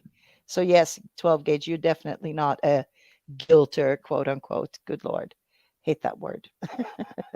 It's the worst word. I don't know who came up with that stupid shit. But yeah. Well, Well, yeah, I mean, I don't know. I hope that with this upcoming hearing, we get some good information. I do like it that she was talking about the motions to suppress and all of that. I'm so glad to know that that is coming. It is planned, right? yep. That she made the court. Everybody's aware this is happening. It's coming. So I'm hoping maybe we'll start seeing them after this upcoming hearing, whatever happens with, you know, I don't know. I don't know either. But I wish everybody the best though, because this like how intricate this case is, um, it's like a little puzzle. Mm, Is how I look at it. Like, and these are people that seen most of the evidence, right? Can you mhm, imagine how much shit there is? Like, I just can't even put that in my right. head because there's a lot And of things to wade through that are irrelevant, you know. But good Lord, even what what is they not have, irrelevant is everything that's in the PCA that they got this guy on. None right. of that is irrelevant, obviously. But So now they want to pretend it is. Now they yeah, want to be like, well, see, yeah, now it's relevant though, because we're not going to use it. Even though we used it then, we're not going to yeah. use it at trial. So it doesn't really matter. It's crazy. It's crazy. I've never heard no shit like that in my life. Yeah, and to be honest with you, if you think about how Anne and her team is presenting this case, a lot of it that they're presenting is taken straight out of the PCA. And Right. these are people that've seen it all, right? Or let's say 90% of the evidence or whatever, right? So Mm, why are they consistently bringing that up? Well, it's because that's all the flippant evidence there is against And Brian. what's crazy here is, you know, your discovery should be in chronological order. Mhm. Your discovery should be, when you get your discovery, it shouldn't be like a snow globe. It shouldn't be like 100,000 decks of cards Mhm. that you're playing 52 card pickup with. That's Sure, not how your discovery is supposed to be. sure. things are supposed to be labeled. Things are supposed to be dated. They are supposed to have it's crazy to me that we are this far along and the defense is still talking about like where we're asking Payne. So I have to go to your evidence person at the police department, ask them to give me all of the videos, bring them out, and I got to watch them one by one until I find the one I'm looking for. Mhm. Yes, that's Payne's answer to that. Yes, ma'am. Yep. So that just goes to show you that when you hear, people kind of say that the state has it like on lock.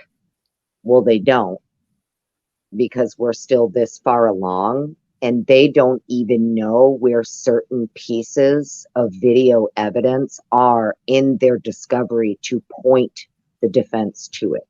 Mhm. There's certain things that aren't even there. So this Mundy's machine video, it's clear from the way that it's written that this is a video that was collected.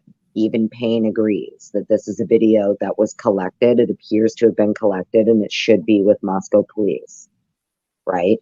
But it's Sure. not. Yeah. But Anne's saying it's not. Where do I get it?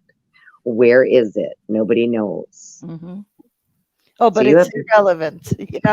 It's well, irrelevant. not even that, but you have this discovery now where Yeah. in this discovery, there's this key piece, there's this piece of video evidence that now all of a sudden everybody's claiming that we don't know.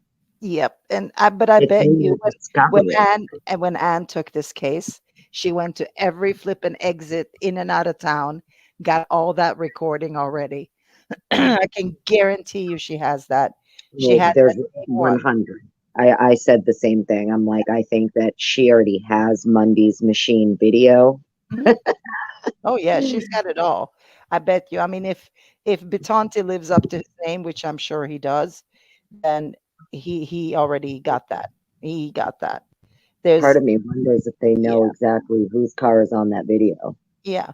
And the same way I think about the timing data and all that with the car and all that is Mm, I believe that in my opinion, Cy, because he worked for AT&T, he worked with those guys. Of course, he's mm, got it all. He's seen it all. I bet you he's seen it all. He's seen all of that. What they didn't know how to use. Number one, mm, and the guy got indicted on the federal grand jury, secret grand jury. Sorry, not federal, secret grand jury. On that basis, that they didn't even know how to put together that record. mm. So anyway, I bet Cy's got all that, and he's seen it. Well, there's something just kind of, I don't know. Yeah. I'm having like a hard time. I'm having like a hard time with, so there are certain items that are in discovery that the item is there, but the work product for it isn't. However, that item may have potentially been used to, say, write a warrant, right? It may have been used in an affidavit to obtain a warrant, whether it's a search warrant, whatever. If the police, so this is where you're going to come into an issue where you have certain officers claiming that these certain things should be with the state, were turned over to the state. That's something that Payne says on the stand a couple of times. Mhm. That his knowledge, it's all been turned over to the state. And the state is saying, we don't have it. We don't have it. So someone's lying. That's number one. Number two, that tells me that this, even Anne alludes to, that this video from Mundy's machine is not Brian's car. Yeah, of course. Well, yeah. So, if that would lead me to believe that one of the reasons that she listed for the grand jury indictment to be dismissed was because of the withholding of exculpatory evidence. I believe, in my opinion, that would be one of those things. Yeah. I believe Mundy's machine is actually exculpatory. It was one of those things not presented. Correct. That's why it appears it was collected, but all of a sudden it's not in discovery for the defense to see, for the defense to vet. And So it's, yeah, and you're absolutely right, because that's one way out of town, or the only way out of town that he would have taken that route that they relied on, right? Is going by that.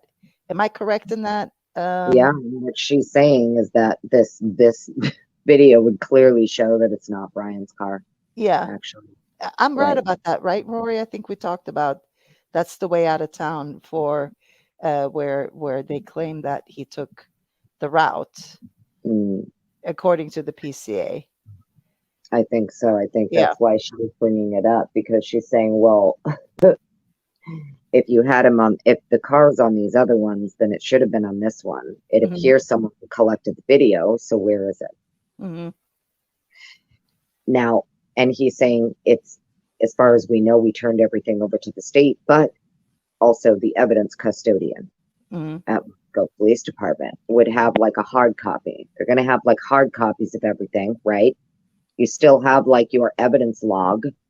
Things have to go to the state as evidence, yes, but Moscow police also, like, they're going to retain their own records and their own copies of things. Mhm. So I don't know. There's something not right about, they know that there are certain key pieces that the state is not turning over, and those key pieces are the things that would actually lead to probably exoneration. It Mhm. would lead to your charges dismissed, in my opinion. Yeah. So up until now, there are two things that I can recall. No, three. Sorry, three things that would be exculpatory, right? It would be the driving data, according to Cy, is one. This Monday machine, right? And then we have Bethany. Mm. Mhm. She knows something that would potentially be exculpatory for Brian, right? So there are three things, if I'm not mistaken. I haven't heard any more. And that's Right. important. And as I say, I have heard nothing else as far as evidence other than what is in the PCA, which more than likely points to one thing. And it's worth repeating over and over again that that's all they have against Brian Koberger, what's in the PCA. Mm. Now, of course, not to say that, yeah, but we took DNA after and, this and that. Yes, of course you did. I'm not saying that. But what you put in the PCA is what it is. That's where it lies. That's, And if the defense can prove, if the defense can prove that the car, this allegedly Brian's car, suspect vehicle, doesn't match his phone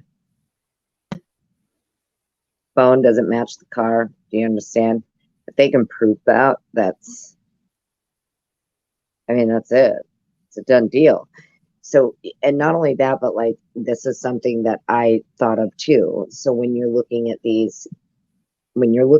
the affidavit of Sergeant Blaker, where him and Don Daniels are applying for the search warrant for Brian's apartment, you have Sergeant Blaker claiming that they believe that Brian left the crime scene and immediately went home. They believed that the knife and sheath to the knife would be in his apartment. This is why they needed the warrant. So this is what they are telling the judge in Washington at the end of December. Oh, They're okay. Hold looking, on, so I get this right, because I don't know if I remember that part. You're saying that they in their affidavit it said that they thought Brian went home straight after, which means correct. So, take that right. roundabout. Okay. Yes. All right. So Yeah. Sergeant Bleeker basically says that they believe, law enforcement believes that he immediately Mhm. went home.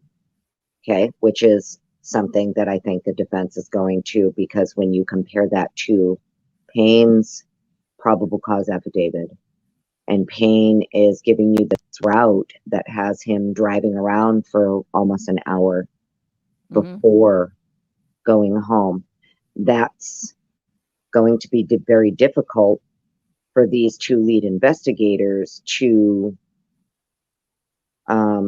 make sense of, right? Mhm.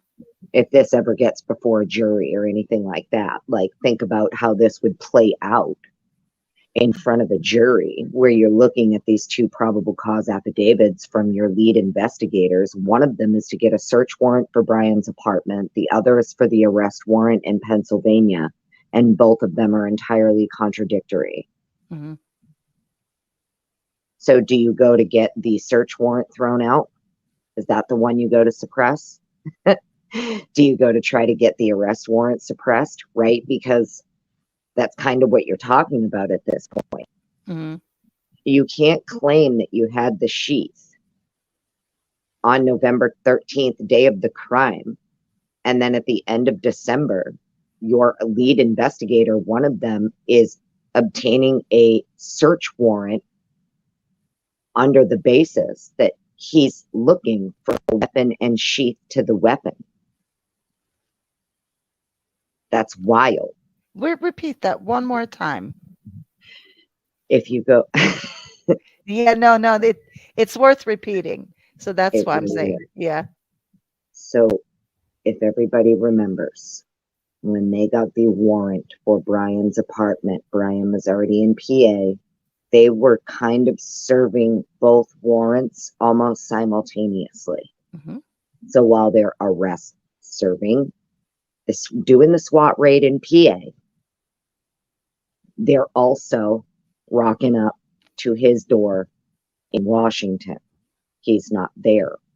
They are serving this search warrant with Don Daniels. Okay, remember we got the body cam all Yeah. redacted? Yeah. Okay.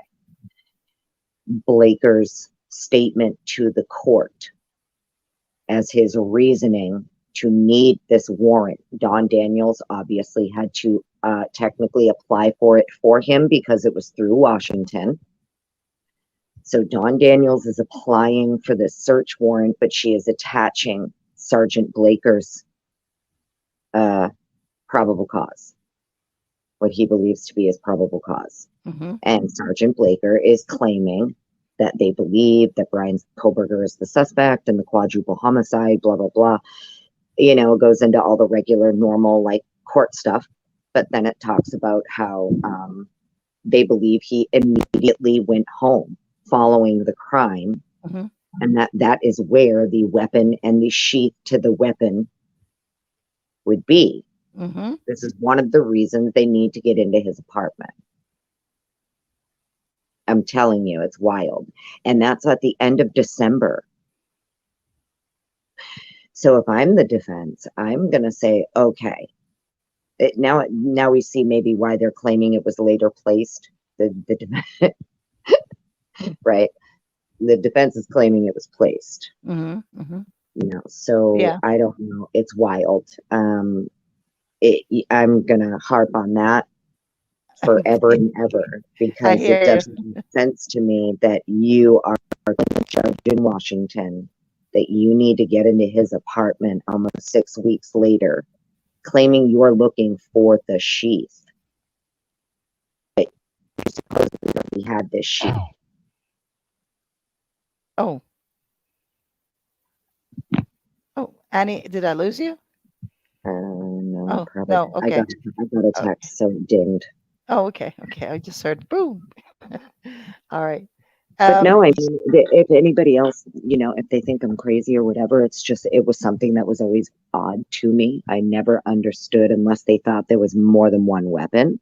Yeah, but we've never been told that. We've always been told single correct. weapon. So I don't know.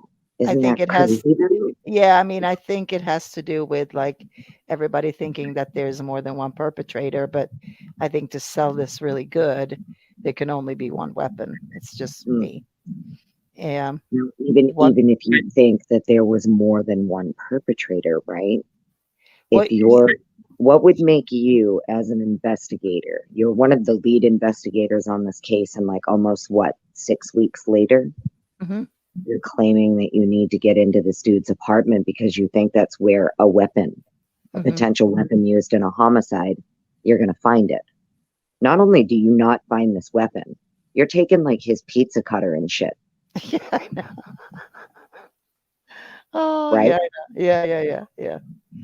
And vacuum So cleaner. now, here's what makes me question this whole sheet thing. Because what if they actually didn't have the sheath, right? Until they went to his apartment. Just saying.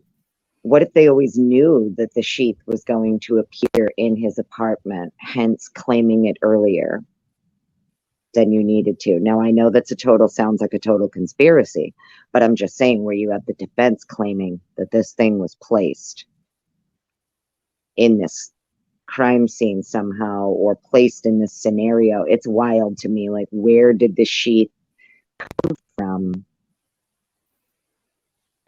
I just don't get how it could be so clean, lying in blood over or under a body that's bleeding out, and you still get those fingerprints from the brass parts. I just don't understand that. And And I if wish it was somebody could placed, explain that to me. right, if it was placed, okay, well then here's what's crazier. Like, the sheath itself actually is the thing that drew probably made everybody's head kind of right on a swivel when Mhm. everybody started hearing about this sheath being found at the scene of the crime and all of this stuff. Give me a break. Give me a break. You can't claim that this person is some kind of criminal mastermind or whatever, but also just left a crucial piece of evidence at the crime scene, used his phone. Just stop. Because it can't be both. It can't be that he is this incredibly intelligent criminal mastermind who planned out the perfect crime, but then just every basic rule, the most basic. A lot of people were like, he just shut his phone off, Yeah. or he did Yeah. this and this and this with his phone. Well, why? Why not just leave it at home on? That's your better alibi. Your phone's on, it's at home, and then it just looks like you're at home. That's where your phone was all night, with you at home. There But would be he no was so need to take it cocky. with you and shut it Yeah. off and go into like incognito and shit. You don't need to do that. Yeah. But he was so cocky. He was so full of himself that he was like, I'll get away with this, right? Even if I have my phone on me. So that's what. Well, there was something else I thought of too. So do you remember, I don't know if you remember this, it was last summer. I want to say right around June. Mhm. There was some docs that got dropped, and one of them was this document that had, it was 3 new warrants for cell phones. I believe all AT&T, if I remember correctly. Mhm. The numbers, I believe, were redacted out, right? But there were 3 new warrants last summer, Yeah, I remember something about that. Yes. cell phone warrants. And I was like, for the longest time, kind of irked me, just like, well, that's strange. And then, so you have last summer, these 3 cell phone warrants go out, and then October 31st is like when the FBI goes back, and they go back with Farrow, all of that. The defense goes back, Mhm. the defense goes back with Cy, all of this stuff starts occurring. All of these Mhm. things start happening before the house gets destroyed. Mhm. And I was like, And there's a part of me, this is just my opinion, my speculation, you know, so I don't want anybody to go running off and, oh my God, she said, nope, it's just my opinion. Part of me wonders if the 3 cell phone warrants have anything to do with the 3 unknown DNA. Well, that's a good question. Now, what would they have done to find something when they went back to that house? Because it was gutted by then, I believe. Completely gutted. Well, if you're doing so, you technically don't need the house if you're trying to gather, if you're trying to recreate a, say, what particular, these particular 3 cell phones did Mhm. that night or at a specific time, or do you understand what I'm saying? And you know what? You're right, because if somebody showed a picture, and I think it was Lana who showed the picture that Ray was there at that point, right? Yeah, he went back with the defense right after, like, they went, I think it was like after October 31st, and then like the defense went maybe a week later or something like that. Yeah, and he was there with them. Mm-hmm. So that would probably, you'll be correct about that then. Well, that's what I was wondering. I was wondering if maybe if you're trying to recreate what these 3 particular phones did and how they interacted with. Exactly. Sorry, it took me a minute to get there. I had to put it together in my brain. No, But yes, it's just you're right. My brain, you know me, like my brain kind of. No, you're absolutely right. Now that you put these things together, they make absolute sense. Otherwise, why would Ray go to that house? Well, I would imagine he's trying to recreate, like, doing drive tests, or not just for Brian's phone. He even testified that he has all of the phones, not just Brian's. Yeah. So I'm going to be interested to see if we ever see exactly what all of these phones did for even just like a full 24 hours leading up to, you know, it's going to be wild to see how many phones were actually inside the house within like 3 feet of another phone. Mm-hmm. We'll definitely know if they can tell what they were saying, like Xana was up on TikTok at 4 something, right? Right. He would definitely be able to tell if that's true or not. If it indeed was her, or like the phone, regardless was on, somebody was operating, he won't be able to tell that if somebody else was operating it, obviously, right? Well, yeah, I mean, unless they like actually touched it with their bare hand, who knows if it was even swabbed for DNA? I have no idea. Yeah, that's the crazy thing. We don't even know if drains in the house were swabbed. I mean, I know I think the kitchen was, but I'm talking about like bathroom drains, sink drains, tubs. Did the washer get swabbed? You know, did you check the fucking? I would be swabbing every single thing in that house. What do they call it? There's like this filter under the U-pipe in your sink. They have a name for it. Yeah, and I don't know the name of it, but I know what you're talking about. Yeah, the police will confiscate that stuff, usually because they want to see, like, it'll catch matter, pieces of hair, things like that, you know? Well, they didn't even take the garbage that was out next to the entrance, like the back entrance, right? Where the perpetrator supposedly went in and out. They didn't even touch that.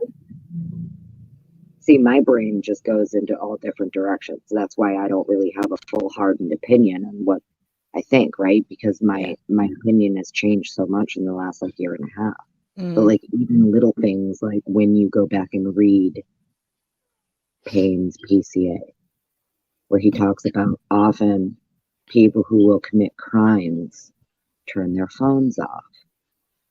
And I'm thinking to myself, and I'm not saying this to be mean when I say this, but as an investigator, it didn't occur to you that the 2 phones that went off at the same time inside the house,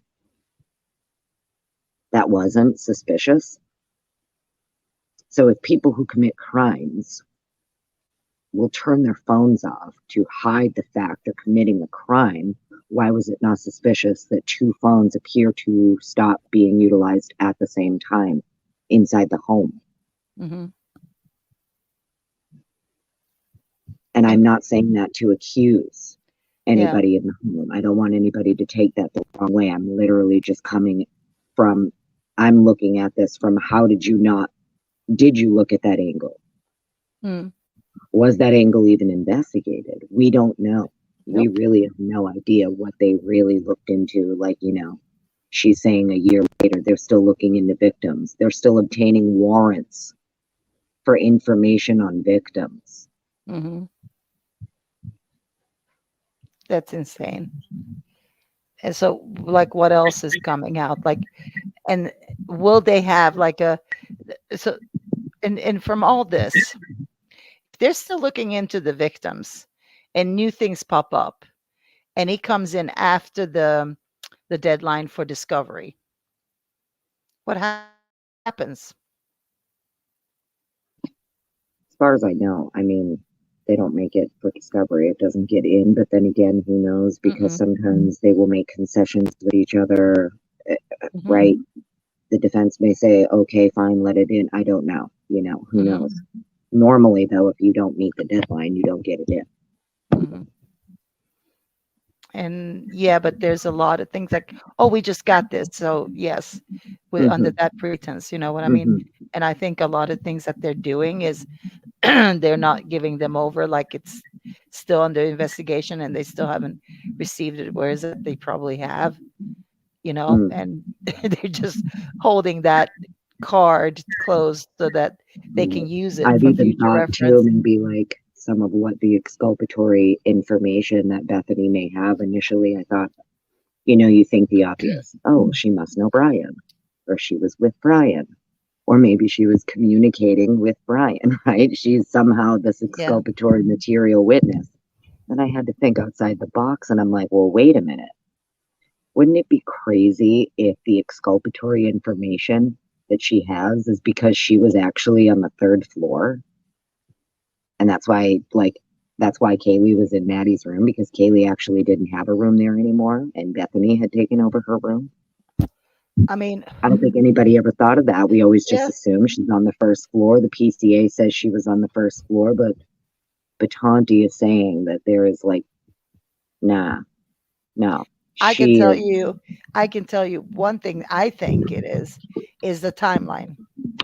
Well, yeah. She's going to mess up their timeline completely. I think that's the exculpatory evidence.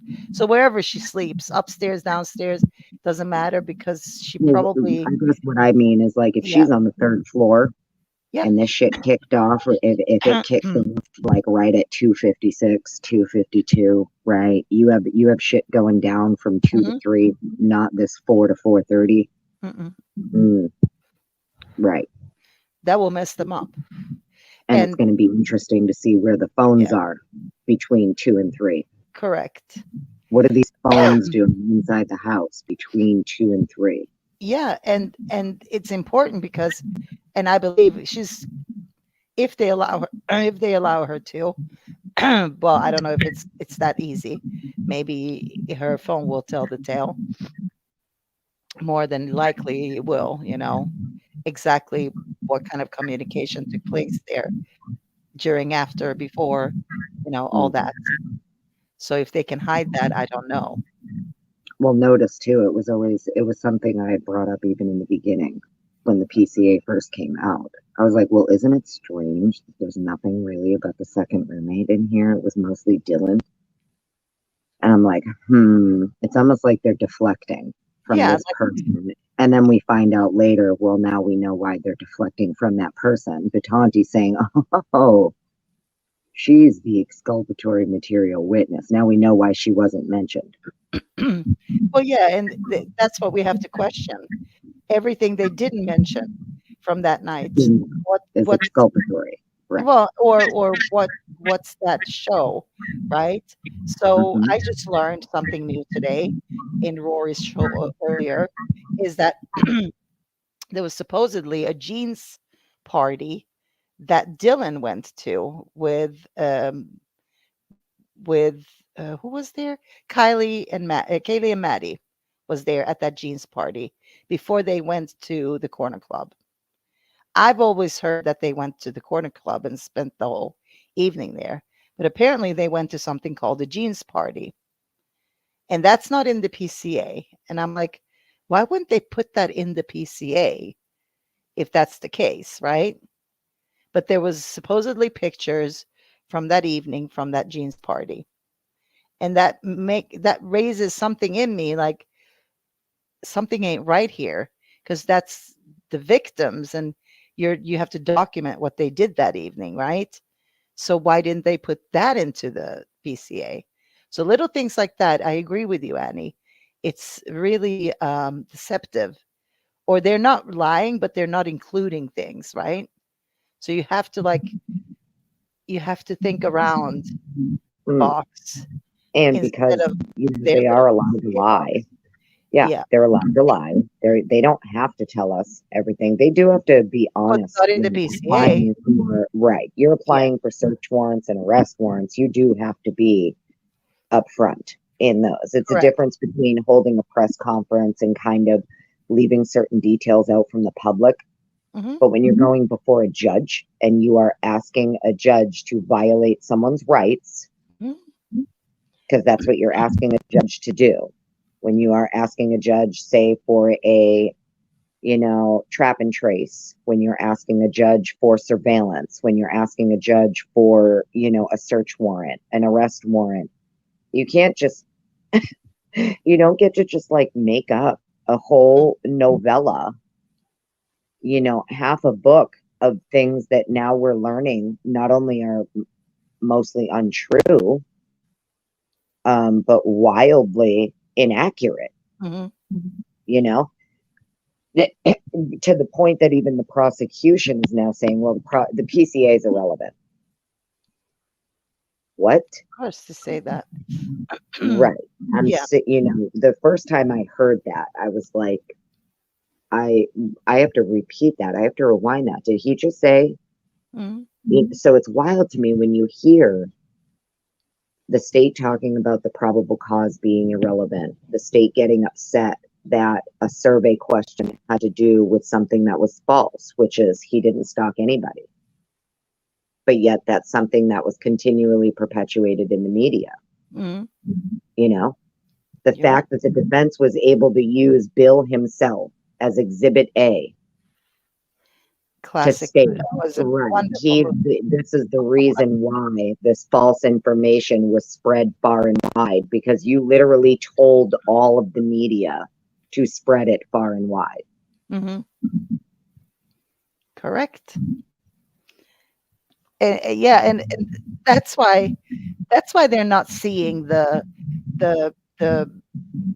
those what we were just talking about earlier when we watched the grand the federal not indictments, the federal subpoenas. Subpoenas. That's why, because there is lots of information in those subpoenas that will tell the tale. Mm. But now, do you think so? Just shooting the shit. You Mhm. think mostly what they have would actually prove he is totally innocent? Yes, because they said they're not going to use it. Mm. Yes, based on Right. the fact that she stood up there and said, "But we're not going to use it." Yes, Mm. there's probably evidence there that tells a different story. Otherwise, they would use it. Hmm. And that's why I guess Massive wants it, because she knows that there is something in there that will tell the tale. Yeah. It's definitely those 3 phone warrants got me. Not gonna lie. I've been on those things since they came out. I'm like, okay, wait a minute. 3 new warrants. I'm like, they're burners. Are they burners? Were there 3 burners? That was my initial thought. Then I Mhm. started thinking about it and I'm like, wait, we have those 3 unknowns, right? That they supposedly never did anything with other than run through POTUS. There was a part of me that wondered if maybe they decided to go back and do a little more work with those. But because everything was under gag at that point, gag order's already in place. Nobody's talking about nothing. We wouldn't know even if they did, Mhm. because the defense is absolutely allowed to test all DNA in the case, not just Brian. Mhm. So any DNA that was collected at the scene, they're also allowed to do No, their you're own probably work right on. about that. Yeah, Right. you're probably right about that. Like, why would they go in so long after? And I think before, when we've seen those subpoenas for any phone number, like the victims' phone numbers, they were listed by name, if I'm not mistaken, right? Mm. They didn't gag that out, like it was I not think on. all we got was like the last 4 digits or something. Yeah, so we all knew who those belonged to, right? Mhm. So for sure, Mhm. yeah, there's Yeah, no, something. these 3 new ones that I think it was like last June, if I Mhm. remember correctly, that these 3 new AT&T warrants came out, you know. And it's just my opinion, you know. Part of me thinks that, like, if they went and did their own work on it, because they're allowed to test it, they're allowed to vet it. Okay. I'm looking at it more, especially if you know that this is DNA, where it was found. Mhm. You know, they're stating that this is DNA that was found in close proximity to the deceased. So I don't think it's just something, you know, random. No, of course not. That's what people want it to look like, obviously. Who wants to, like, just shove it to the side? But it's very specifically saying that it was like, they wouldn't have put that in there if it wasn't close to the victims, where the victims were, obviously, because there has to be a distinction. Like, if you have 100 guests at a party the day before, you know, obviously that's different kind of, you know, DNA prints as opposed to around the crime scene. And if there's 100 people the day before, I don't know about that sheath. I don't know. It's a flipping mystery where it was found without without like blood soaking it over, because it was under Maddie. How could it been clean and Well, see, clear? now that's the confusing part too, because Payne doesn't say it was under the victim. Doesn't it say in the PCA that it was? If I remember correctly, because I'm not looking at it, obviously, but you know, I'm not quoting it, but something along the lines of on the bed to the right of the victim, right? So nothing about under or partially under or the comforter. That came out. We found that out in a defense filing. That's Okay. something that the defense came out Okay. talking about, how it was actually partially under the victim and the comforter, and then that's when it talks about it being it was placed. Mhm. So we found that out when the defense did their filing, where they were claiming that it was placed. Mhm. But Payne talks about it being, you know, later noticed on the bed to the right of the victim. Okay. So we did find out it was under Maddie, though, at one point, right? Allegedly from the defense, yes. Yeah. Okay. So I'm still saying that still holds the fact that that would have been soaked in blood. How Oh, agreed. But the problem is that because the defense is claiming it's placed, it's a Mhm. movable object. It appeared to be very clean, and you have different accounts of it. Someone being later told about it, someone later noticed it, but yet they're both walked through the scene at the exact same time together. So these are things that the defense is going to, you know, eat up. Even if the state talks about, well, we're not going to use it. Okay, well, that's okay. The defense can still use the sheath as exculpatory. Mhm. Even if the state doesn't plan to use it against him, that does not prevent the defense from using it as an exculpatory piece of evidence, especially if they can prove it was placed or planted or however you want to phrase it. Yeah, yeah, It would exactly. still be exculpatory regardless. Yeah. Wow. Okay. So that's why part of me thinks that they even the defense don't want it thrown out. That's why they're like, no, what do you mean you don't want to use it? Mhm. Come on, use it. You know, like they know. I think they know exactly. You cannot have in your discovery 4 total DNAs. Yeah. Only one of them is Yeah. the one you focus on. Correct. Well, one thing I wanted to bring up too with you, since we spoke about this last time, and the difference between the PCAs from what came out of Washington and what came out of Idaho. Was there any other differences in those two probable cause other than Don Daniels says don't use the DNA? Other than that, was there any other things that differed between the Well, two? yeah, one of the differences is how Blaker's saying he's looking for the knife in the sheath. And then the one in PA, Yeah. they're saying, well, you know, it's something totally different. They already had the sheath. So That is weird. That is weird. another inconsistency has to do with the route.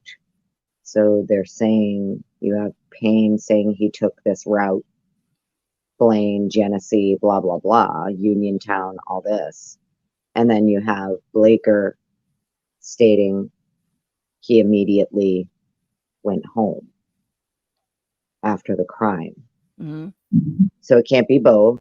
He couldn't have immediately gone home and also drove around for an hour.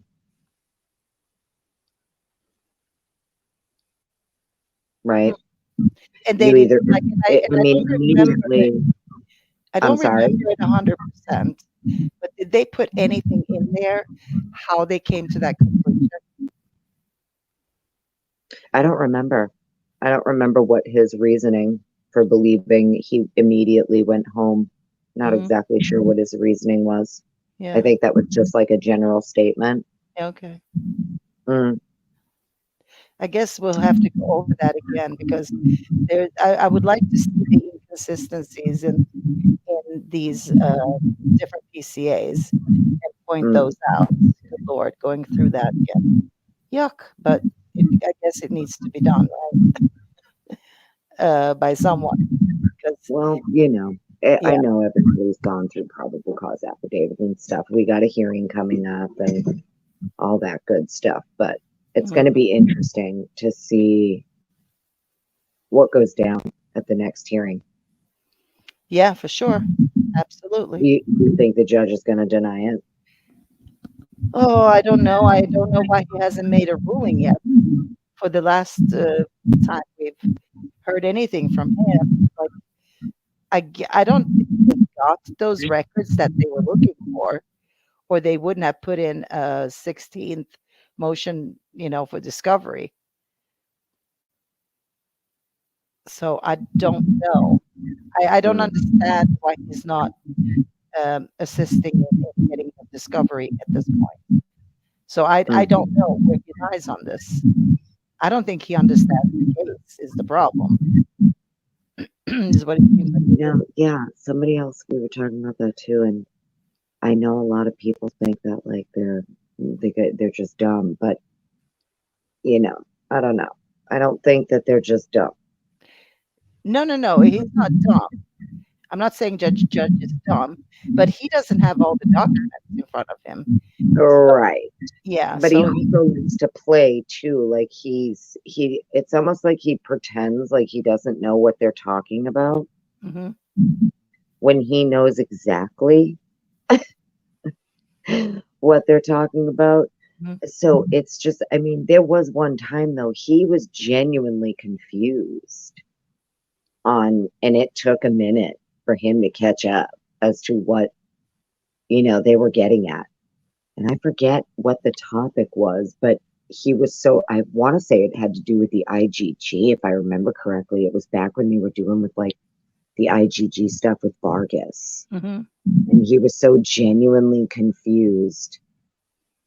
And I'm sitting there going, it's pretty, this is easy to understand.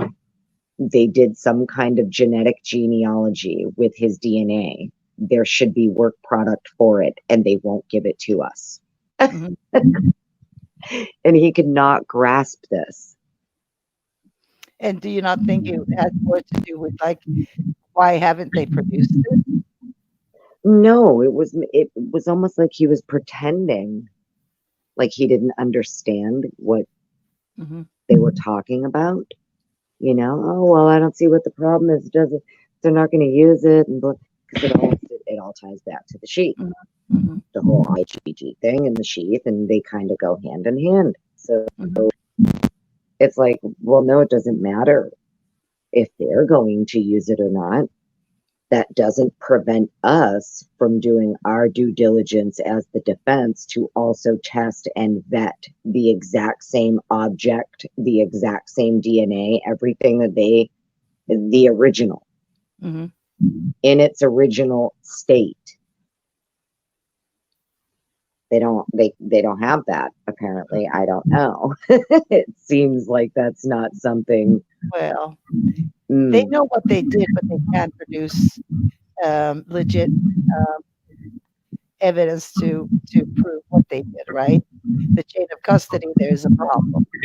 It's just wild because I've never seen anything like it, where usually like when the FBI is heavily involved in a case and they're the ones that do a lot of the work and help the local LE catch their suspect, they usually they have no problem telling the public.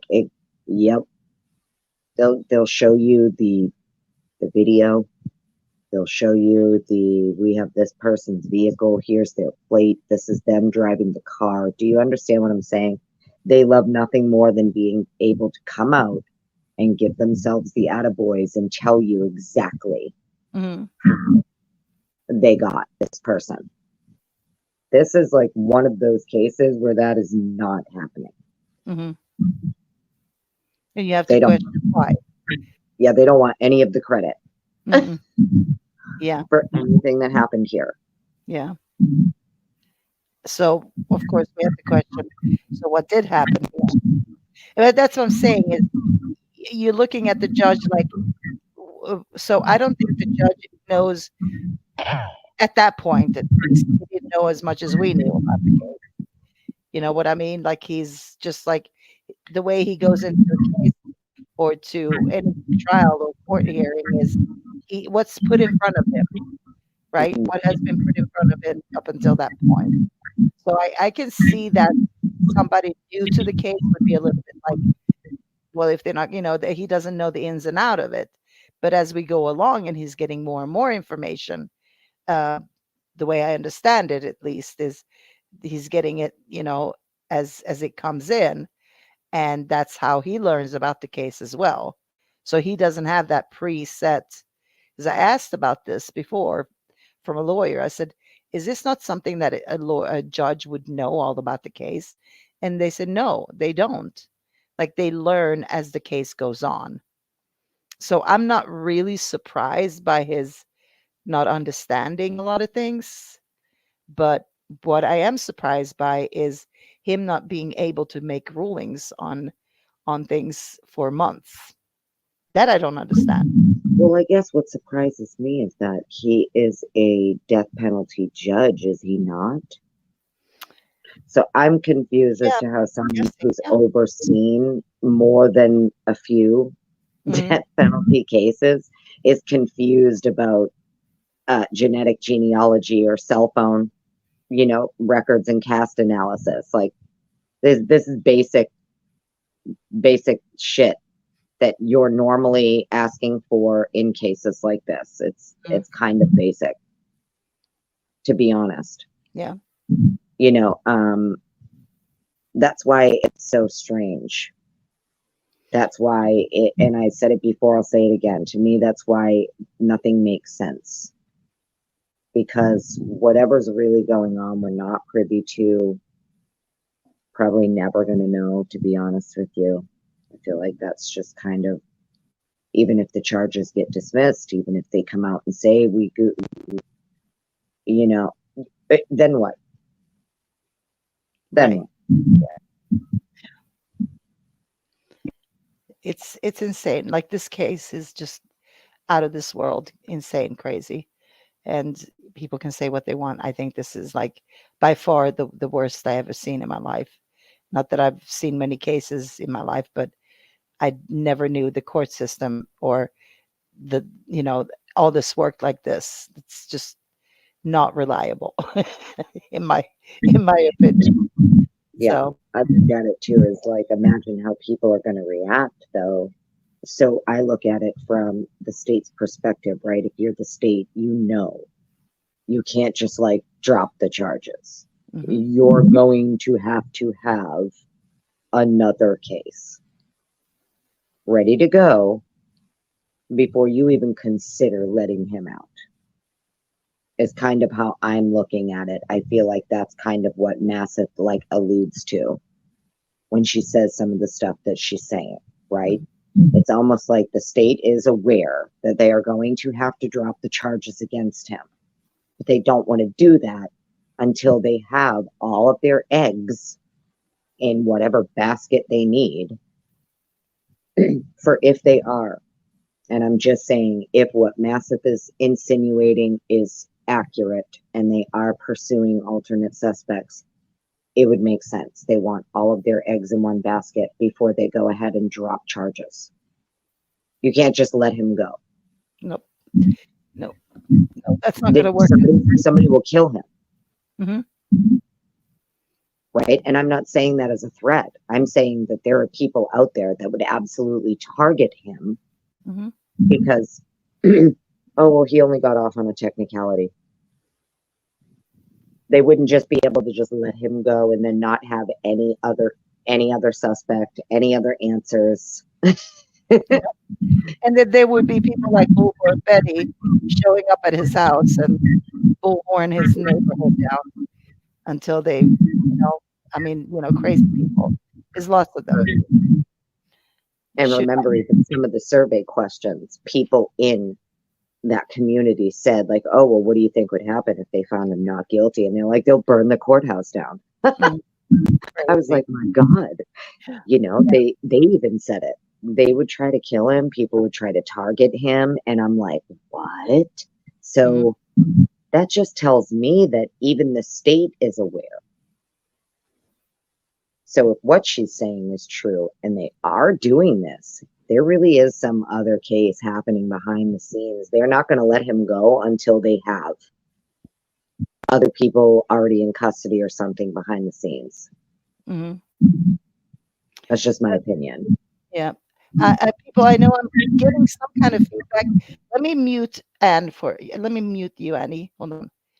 I'm going to mute Annie. Are you guys still hearing the feedback when I mute Annie? Because it seems to me like it comes through on Annie's sort of audio, but I'm not sure. So I muted Annie right now. I want to see if I'm still getting that bad feedback. No. Okay. I think it's on Annie's microphone. So I don't think we have a feedback issue right now. I'm not blaming Annie.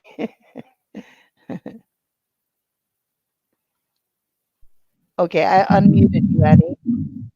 See, it's always me. It's always me, and it's getting late anyway. Yeah. All right. Well, I do appreciate you being here, and I'm sorry about this bad feedback issue. It was good for a very long time there, but then I heard it was starting up again. I can hear it in my microphone. So I apologize, people. Hope it wasn't too bad to listen to. And I do appreciate every one of you being here. Thank you again to Jules for allowing us to play her video from the court hearing. Thank you, Rory. I know you tried to be up here and you had audio issues as well. And Annie, I appreciate you so much. And I want to definitely do this again. We'll just have to get you a better microphone. Well, thank you. You know, I love talking to you. I hope you have a great night. Well, you too. And I'll talk to you soon, Annie. Thank you. Thank you so much. All right, my friends, just going to say goodnight to you all as well. I appreciate all of you being here. It's been fantastic to get that many people to even come here. And I'm sorry I couldn't be part of the conversation in chat, but it's really hard to do both at the same time. So I'll learn eventually to be a little bit more chat interactive. But I apologize for that. And I do appreciate everybody having their opinion. And next time I'll do like a more an open panel situation because I do want to have that discussion with you and talk to you guys more live if you want to jump up. So we'll do that during the next live. Okay. You all have a good night. And again, thank you all for coming by and sitting through this. All right. Have a good night, everybody. Bye.